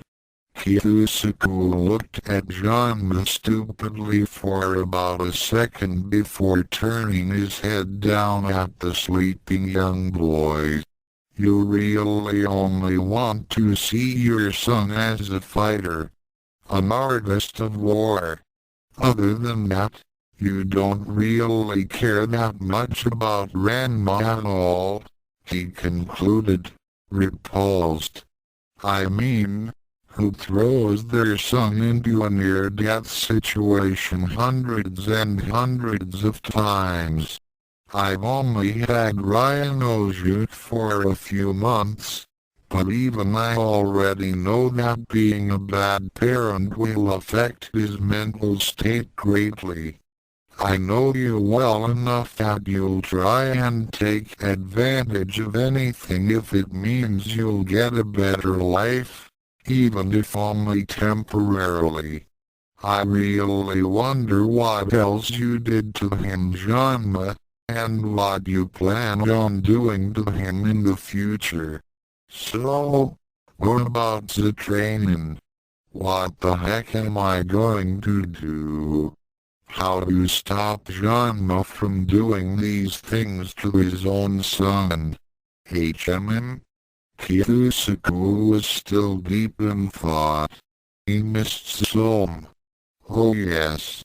Well, he's still sleeping in a simulated dream I created for him. It's just one full year of practicing at this place. Since you probably already drives him into the ground with training, he won't notice the lack of details, he said absent-mindedly. Or the growing up. What to do? Sorry? What did you say? Now will he grow? Kiyusuke found the circuits of Ranma's left arm quite interesting to look at as he pondered the question that he hadn't thought about. He had spent so many months thinking about Ranma's current situation, and yet he forgot to think about the after. Overlooking something like that was not a good thing in his book. Oh sure, he already thought about the maintenance issues when dealing with an artificial being. Then, as the complicated gears of the human mind started to turn, Kiyusuke slowly removed a fresh cigarette from a package in his lab jacket and carefully placed it in his mouth. Maybe. Well, send him here every month or so. I can give him a checkup and replace parts as needed, he said carefully, lighting a match. Later, I might find out how to make him grow on his own. Janma burst into laughter, startling him. That's a great idea. Kiyusaku. You're asterisk genius. I'm entirely in dead with ya. In dead with me. Janma's in dead with anyone who gives him food. But if he really does owe me a debt of honor. Excellent. Really? Well, there's also this thing I want for you to do for me. Ranma, you're not going to suffer like this again. Not if it takes all my creative genius to stop it. Unbeknownst to the drunken martial artist, the scientist smiled with a predatory gleam in his eyes. Or anime one-half and all-purpose cultural cat girl NUKU project NK Ranma written by Celeste Bullard Chapter 6. The Game of the Gods, Kiyusaku. Kiyusuke sighed and put down his tools. He knew he should have seen it coming, his wife sending poison for and all, but he didn't think they'd make so much noise. He ran out of the apartment and shook his fist at the helicopter/plane hybrid. Quiet down. Do you want to upset the entire neighborhood? He yelled. Shrill laughter could be heard. Our Lady could care less if we talk as loud as we want. Actually, I think my wife would. She wouldn't want her goons to ruin the reputation of her company now, would she? There was a small pause. That's not the point. The point is that Lady Akiko wants you to give the runaway android back to her. What? Not after Ryan owes you anymore. Him too. Kiyusuke decided then and there that the combined IQ of his wife's henchwoman equaled that of a rock. No wait, rocks didn't think at the top of their voices. He searched through his list of ignorance tactics and chose number 8. I don't know what you're talking about, he stated loudly. Don't give us that crap. We know you sent that android. Okay, maybe a little bit more than a rock, Kiyusuke amended. Why do you guys want him back so much? He asked. None of your business. Give him here. Well, I can't do that if all we're going to do is play dodge the question. Alright, no more bullshit. Kiyusuke slammed the door. Hey, I'm talking here. Come back out and take what's coming to you. SHUDUP. Kiyusuke yelled from behind the door. Yeah. What are you going to do about it? Send your high school android at the United States. Well, I think maybe I will. Kiyusuke lit another cigarette and yelled at the top of his voice. NUKU. Silence greeted his shout. Kiyusuke scratched his head and searched the apartment. Where did she go off to? The yelling didn't really affect the residents of this part of Nirima. After all, this happened at least once a week. People looked up, shrugged, and went back on with their business.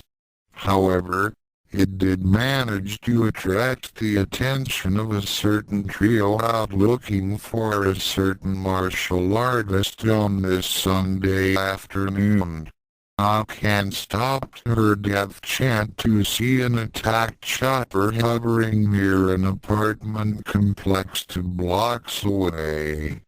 Yukayo and Nebiki craned their heads to listen, but couldn't hear anything beyond the rumble of the engines. What do you suppose is going on? Yukayo asked. Nebiki shrugged. Bet you it's that cross-dressing pervert, mumbled Akane. Nebiki looked at her sister interestedly. I can give you odds for that if you want, she answered.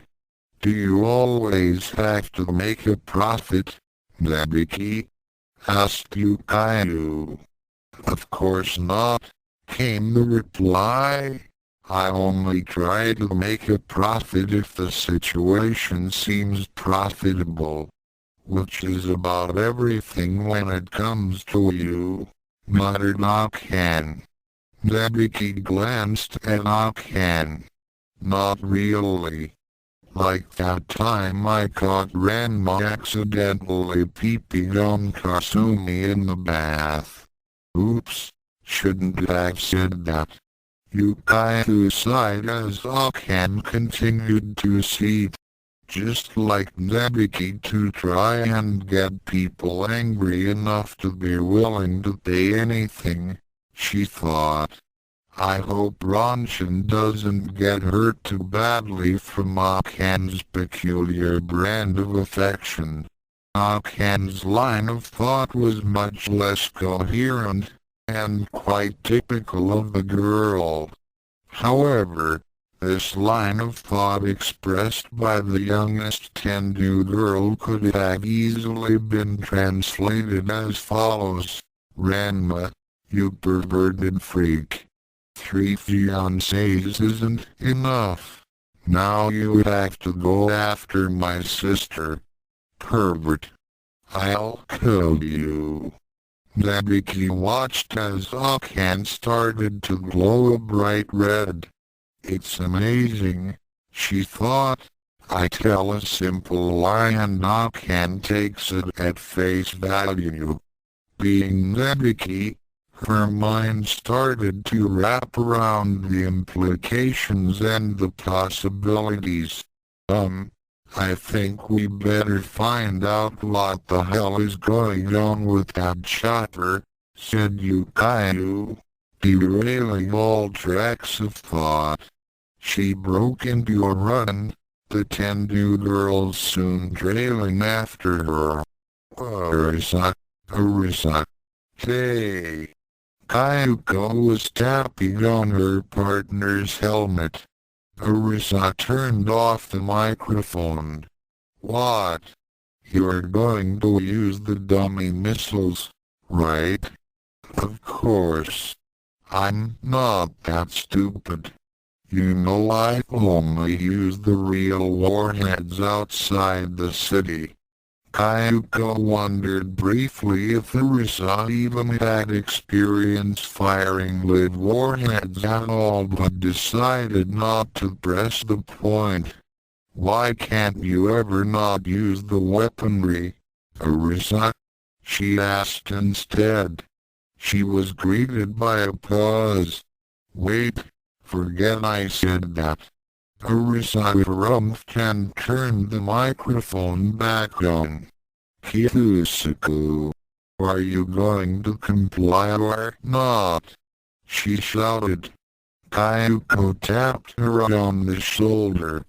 Arisa, she said, calm down. No, I will not. Kayuko clenched her teeth.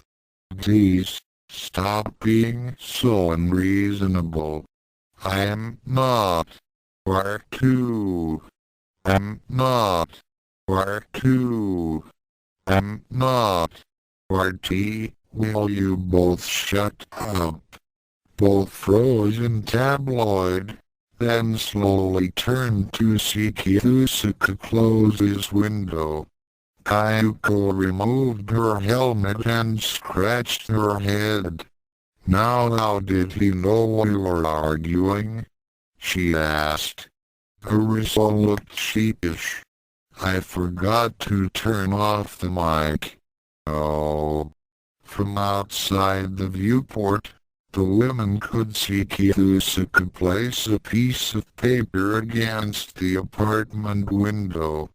They pressed their noses against the glass in effort to see what was on it. The paper had a rather crudely drawn picture of a happy face with a tongue sticking out of its mouth. It did convey its message, however. Why you? Arisa growled. In a rage, she slammed down on the fire button. Akiko sat back at her desk, waiting for any word from Poison 4. And to tell the truth, she was feeling quite impatient. It had been what? 6 or 7 minutes since dispatching Mishima's pride and joy. Being a highborn executive, Akiko of course did not know the meaning of patience. She wanted some results, and now she idly thought of blocking their pay for taking so long, but instead thought of canceling their bonus for the 5th time. After all, she thought, they still have to pay for that space shuttle they sunk in the Pacific. Flashback. By the way, Arisa, Kayuko, what happened to the Mishima shuttle you used to destroy the weapons satellite? The two women looked at each other. We don't know. replied Kyoko. Huh? How could you not know? How did you get down? Ah, we landed the shuttle but misplaced it as we got out. What? How could you misplace the shuttle? Did it just suddenly sprout legs and disappear? Where did you land it then? Akiko shook her head. Just like the two to think they could keep a total space shuttle secret. No one was that clueless not even her. She waited and waited. A few minutes later she started to pace around the office, occasionally looking out the window for any sign of poison. After a while Akiko got bored of this, and she sat back down at her desk. Finally, she decided she would call up Kyusuke herself and give him a piece of her mind. As she was about to do so, Akiko noticed a folder left on her desk. Silently cursing the secretarial section of the building for a lack of organization, she opened it. Inside the folder was a thin, neatly stapled report titled Poison 4, Technical Designs and Specifications.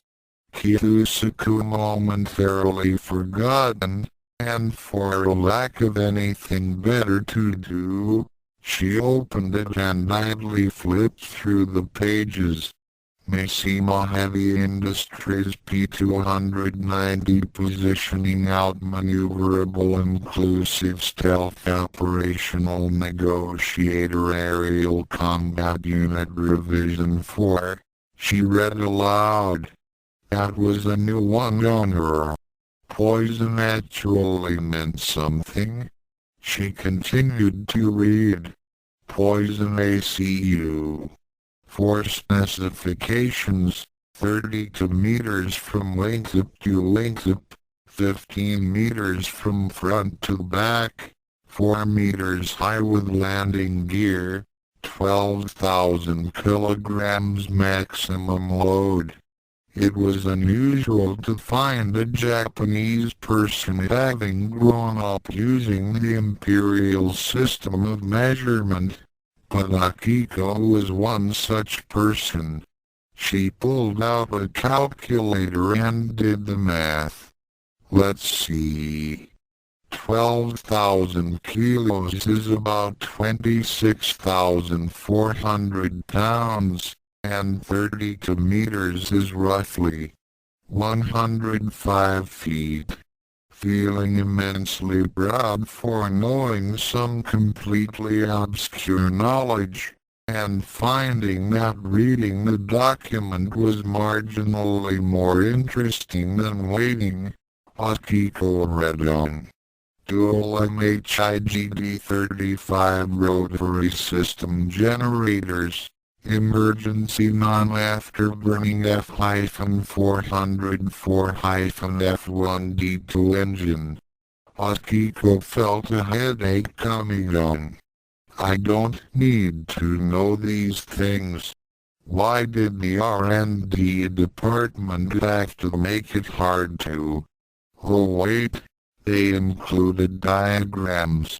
She studied the detailed sketches of the engines, tracing a finger along the neatly stenciled lines of the GD-35 sketch.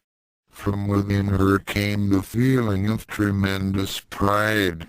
She knew it had taken a fair percentage of the Mishima technical staff as well as a small percentage of last year's manufacturing profits to redesign the original plans and put forth a machine worthy of the Mishima name. Yes, Poison 4 was the mammoth of all aerial fighting units, and the most technologically advanced one too. A paragraph on the next page caught her attention as she brought herself out of her glorious stupor. Not knowing why it managed to do so, Akiko decided to read it. Because of the advanced architecture within the computer system and the improvements within the weapons assembly, the Poison ACUR-4 can handle launching up to 20 missiles of 3 different types simultaneously, as well as firing a minimum of 40 rounds of ammunition per second. Unfortunately, due to the change in the specifications, the ACU cannot handle the usual conventional weaponry manufactured by mecha. All weapons have been custom-made through R&D Department 6, and as of yet imitation weaponry has not been implemented. What in the world does that mean? Suddenly, as the paragraph roughly translated itself in the depths of Akiko's mind, it meant, no duds, no blanks, no safety. What? Why didn't they tell me before I sent a result after that runaway android? She yelled to no one in particular. She forcefully calmed herself down and gazed out the window, hoping to catch a glimpse of Poison 4. I'm sure Riza will check her weapons first before firing, she thought.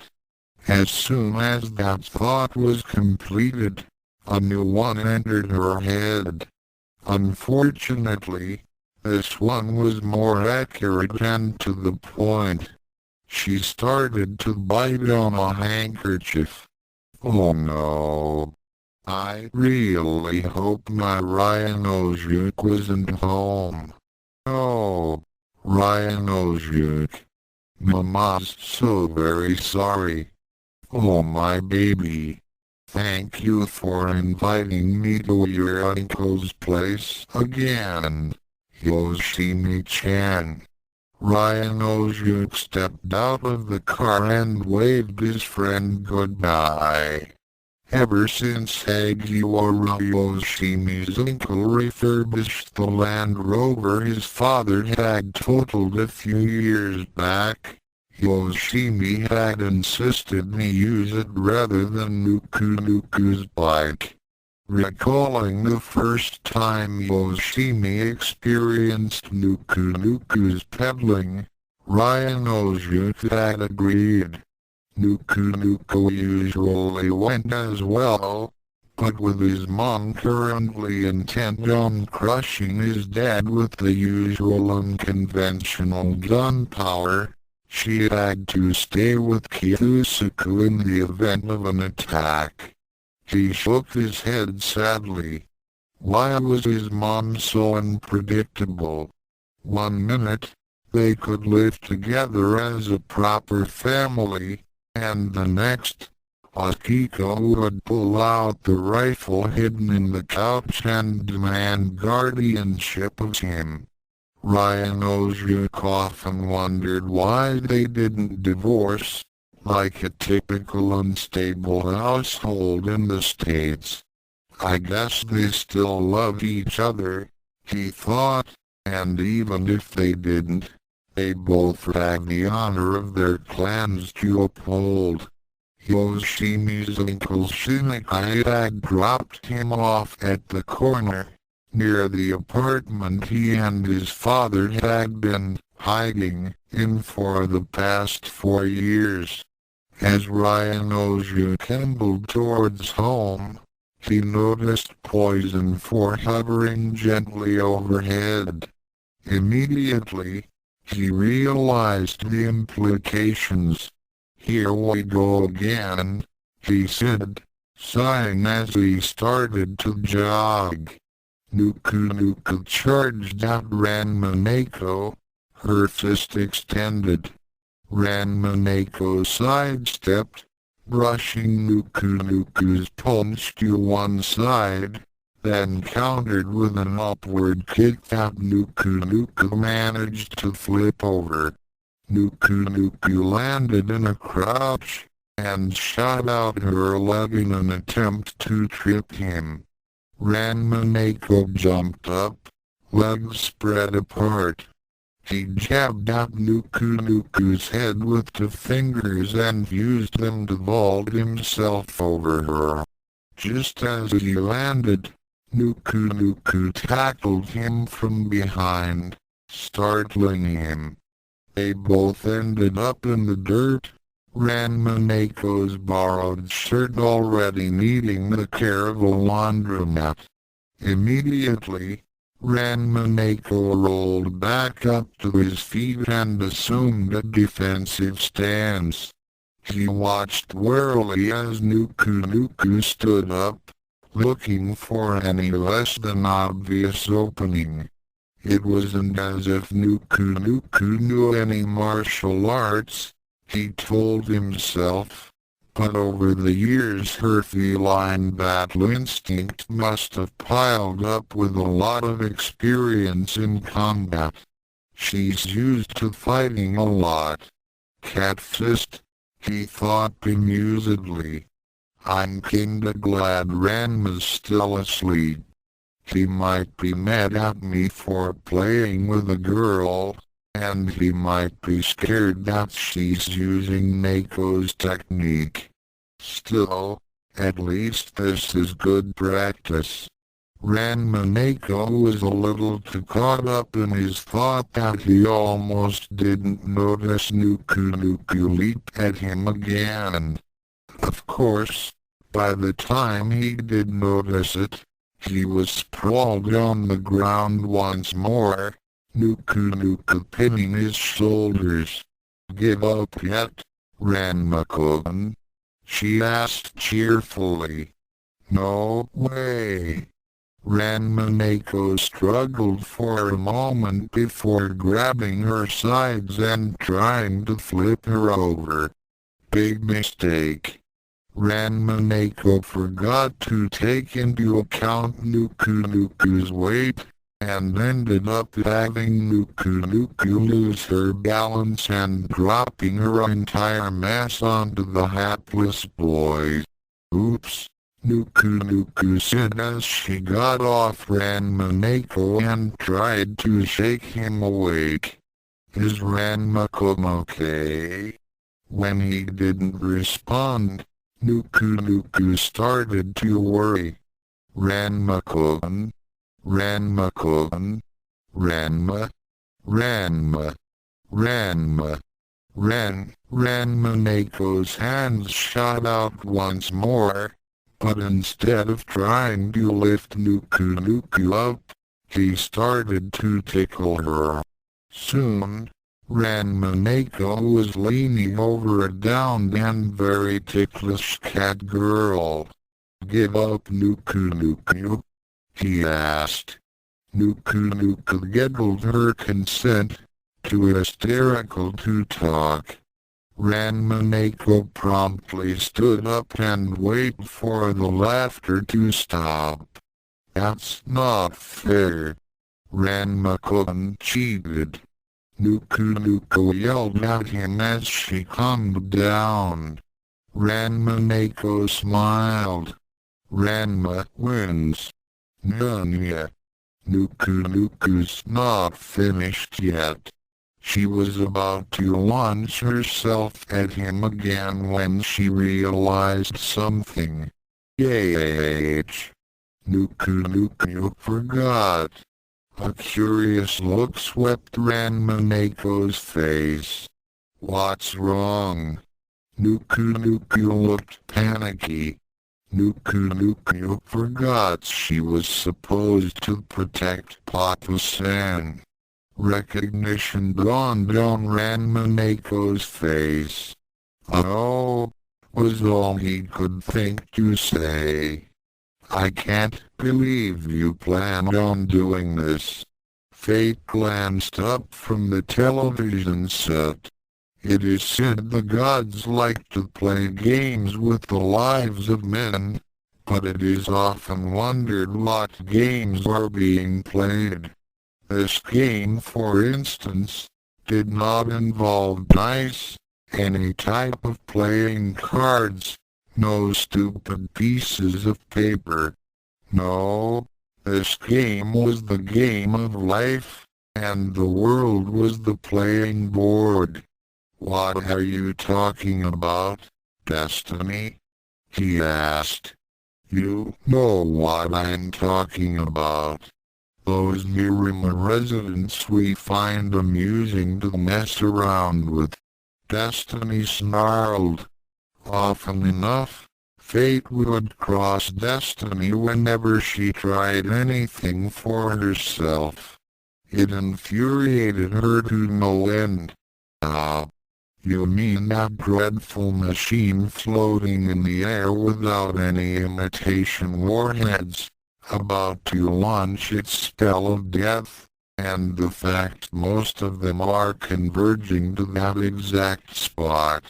And you believe I'm ruining your plans? Right. Insofar as I know about that Sodom child, it's one thing to hit a concrete floor, quite another to be hit by a temperature normally associated with nuclear cores. Fate smiled. You seriously believed I would mercilessly destroy my most valuable form of entertainment? Destiny looked confused. You plan to spare their fate? Mumber, then why? They simply are not fated to leave the mortal coil this way. Now, if you would care to have a seat and find out. Of course, whenever the game of life was played among the gods, one must wonder if they ever looked at the rulebook. And whenever a game is played by fate, you can bet your arse the goddesses of chance and luck are close by, ready to turn the tables. A salvo of missiles shot out of Poison 4 and converged on the tiny apartment complex. Rhinosia came to a stunned halt on the stairs as a massive explosion engulfed his home. The resulting blast generated air currents powerful enough to send Poison 4 spiraling away, while below, the heat waves almost caught to Tendu's and one Quanji's clothes on fire. The air currents also managed to lift something red away from the blast radius and onto another building. Ranma Neko and Nuku landed on the roof of another building, Kiyosaka between them. Thankfully, the scientist was just fine save for his burnt clothing and his singed hair. Ranma Neko winced. His leg was acting up again. Feeling safe for the time being, Ranma Neko turned his thoughts inward. Ranma? Yeah, what is it? A sleepy thought voice replied. Somebody just tried to kill us. There was a moment of silence as this statement was considered, and then, can you handle it? I'm tired. Ranma Neko was about to rebuke, saying that if Ranma didn't get his ass up here he was going to have a very long sleep with the rest of them, but decidedly held the proverbial tongue in check. Rather, he said, okay. But this situation is really life-threatening. Which of the 304 occasions weren't? And they're going about it in a weird helicopter with missiles. What? Alright. That's certainly different. But Mako thought Ranma wanted to sleep. Not when I'm gonna get killed in a rather unusual way. Mako mentally shook his head and dug under the surface of Ranma's now fully conscious mind. Ranma focused his eyes on the helicopter. Nuku's ears deployed. Kyosuke ran down the stairs and over toward his son, who was still a bit shaken. Kyuko looked over the back of the pilot's seat at Arisa. Arisa? Didn't you see you were going to use that missiles? Arisa laughed nervously. Oh, the maintenance folks must have loaded the tubes incorrectly. I'll switch to another magazine. She flicked the switch, noticing with growing terror that Nuku and the new android were staring at Poison 4 with the flames of rage in their eyes. Kyuko noticed them too, and said, I think some altitude would be nice right about now. Arisa agreed. Yukio gazed in horror at the blossoming explosion of the missile barrage. Nebiki looked down with her usual blank face, and Akane showed sudden if rather brief concern. If something was blowing up, it was probably Ranma's fault anyway. Ranma and Nuku leapt as one for the combat helicopter, but Arisa yanked on the controls and flew out of range. Pivoting the plane, she launched another volley of what she hoped to be dummy missiles. She was a little bit lucky. Only 3 out of 4 missiles detonated, and the rooftop exploded in a hail of flame. It's okay, Arisa nervously sweated. So they loaded it wrong. There's still 4 more missile caches. One of them has to be loaded with imitations. Ranma and Nuku staggered out of the flaming debris. I think this has gone too far, Ranma declared, absent-mindedly patting the fires out of his clothing. Nuku nodded her agreement. Ranma looked up at Poison 4 hovering way up in the sky. It was far too high for him to jump normally. All he needed was a little leverage. He looked around. He saw Akane, Yukio and Nebiki near the road, but because their eyes were up at Poison 4, they didn't see him. Beside him, Nuku was staring at the helicopter with narrow eyes. There were no buildings within running distance. Ranma turned to Nuku. Look, do you mind if I use your head for a second? He asked, knowing the question sounded very ludicrous.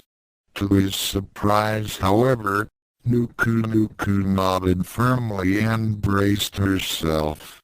After getting the reassurance from Ranma Mako that she could handle it, Ranma shrugged and used her head as a springboard. The technique itself was a variant of Akane's pump Ranma into orbit maneuver, except with them below you. You flew up into the air. Arisa stared in astonishment as the boy android vaulted off the cat girl and sailed right up towards her canopy. She was so stunned over the fact Ranma was able to reach Poison 4 that she didn't think of dodging. Ranma landed on Poison 4's cockpit window and began punching it, cracks forming immediately. She hauled back on the yoke and Poison 4 rose another couple of 1,000 meters in the air.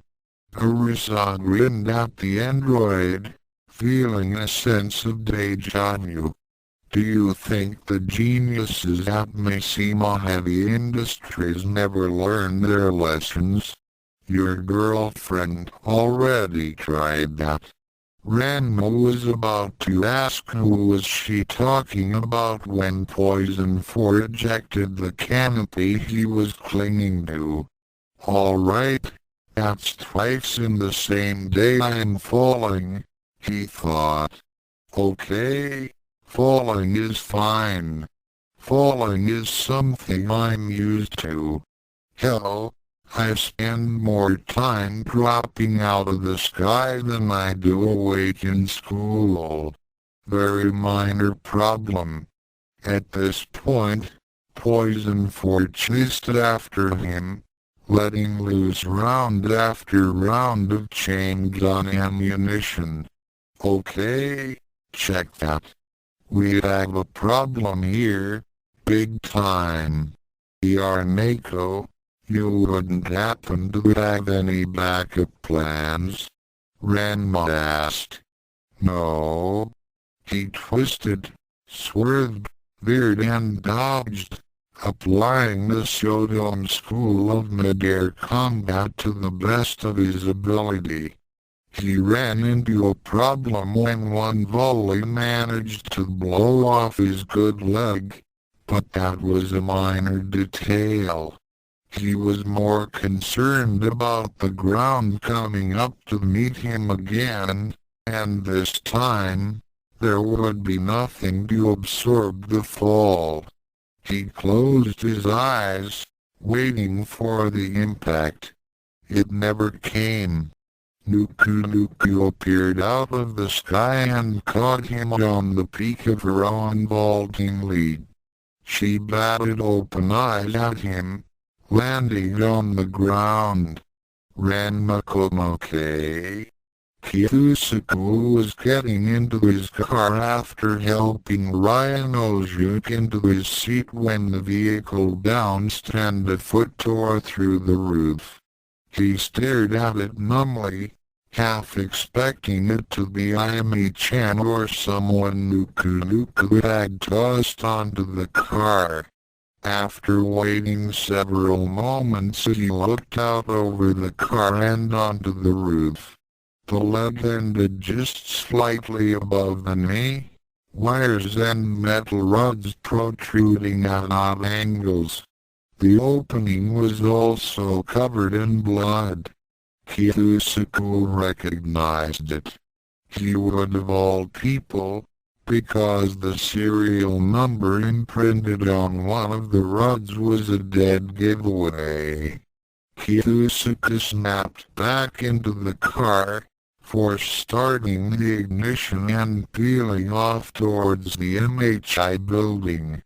Ranma's going to need that leg.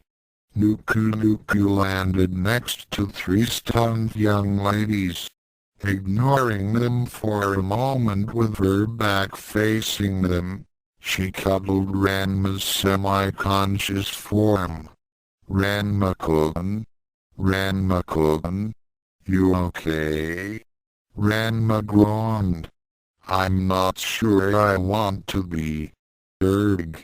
And then he saw Akane. Akane. It's not what it looks like. He missed. Had either one of the Tendu sisters or Yukai noticed Ranma's leg, or a lack of, they would have at least calmed down. Too bad they were too busy sizing up the strange girl carrying him. Akane's battle aura started to glow. Nabiki eyed the cat girl critically, sizing her up. Yukai left her combat spatula. Ranma, under considerable stress, fainted. Nuku, Noticing the increasing hostility behind her and the scent of fear registering from Ranma, promptly made haste. Nuku get you away and we can play again, okay? She said to the prawn martial artist. Understandably, Akane got really mad as she heard that.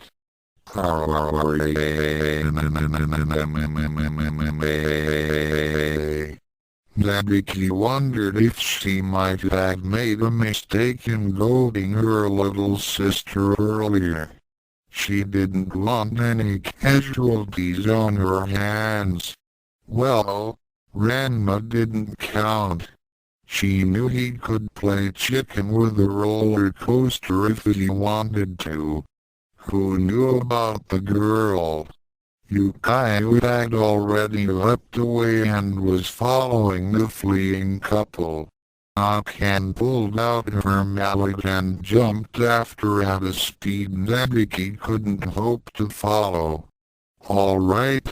After 3 weeks of finals and 2 weeks of illness both during finals, thank you, and finally getting the time to actually work on this, Chapter 6 is complete. Damn it, this always seems to happen. I try to get a chapter out as quickly as possible and I end up taking a month to do so. Must be in the air or something. Note, F-404-F1D2 engines are used on the United States Lockheed F-117A and some other stealth planes, I believe. I felt having one on Poison 4 for emergency purposes would be neat. The name GD-35 is fictional. I just needed one for those massive helicopter-like engines. Note, if you haven't already guessed, the acronym for Poison is made up. If you think you could come up with a better one, send it to me and I'll see if it does sound cooler. Note, if you also haven't already thought about it, any single word I wrote in capitals does not mean I was shouting it or the character was. It's just to indicate a change in the voice. I find it faster and neater than using asterisks, square brackets, underscores, etc. Note, all cybernetic theories hidden in this and the previous chapter are just that, theories.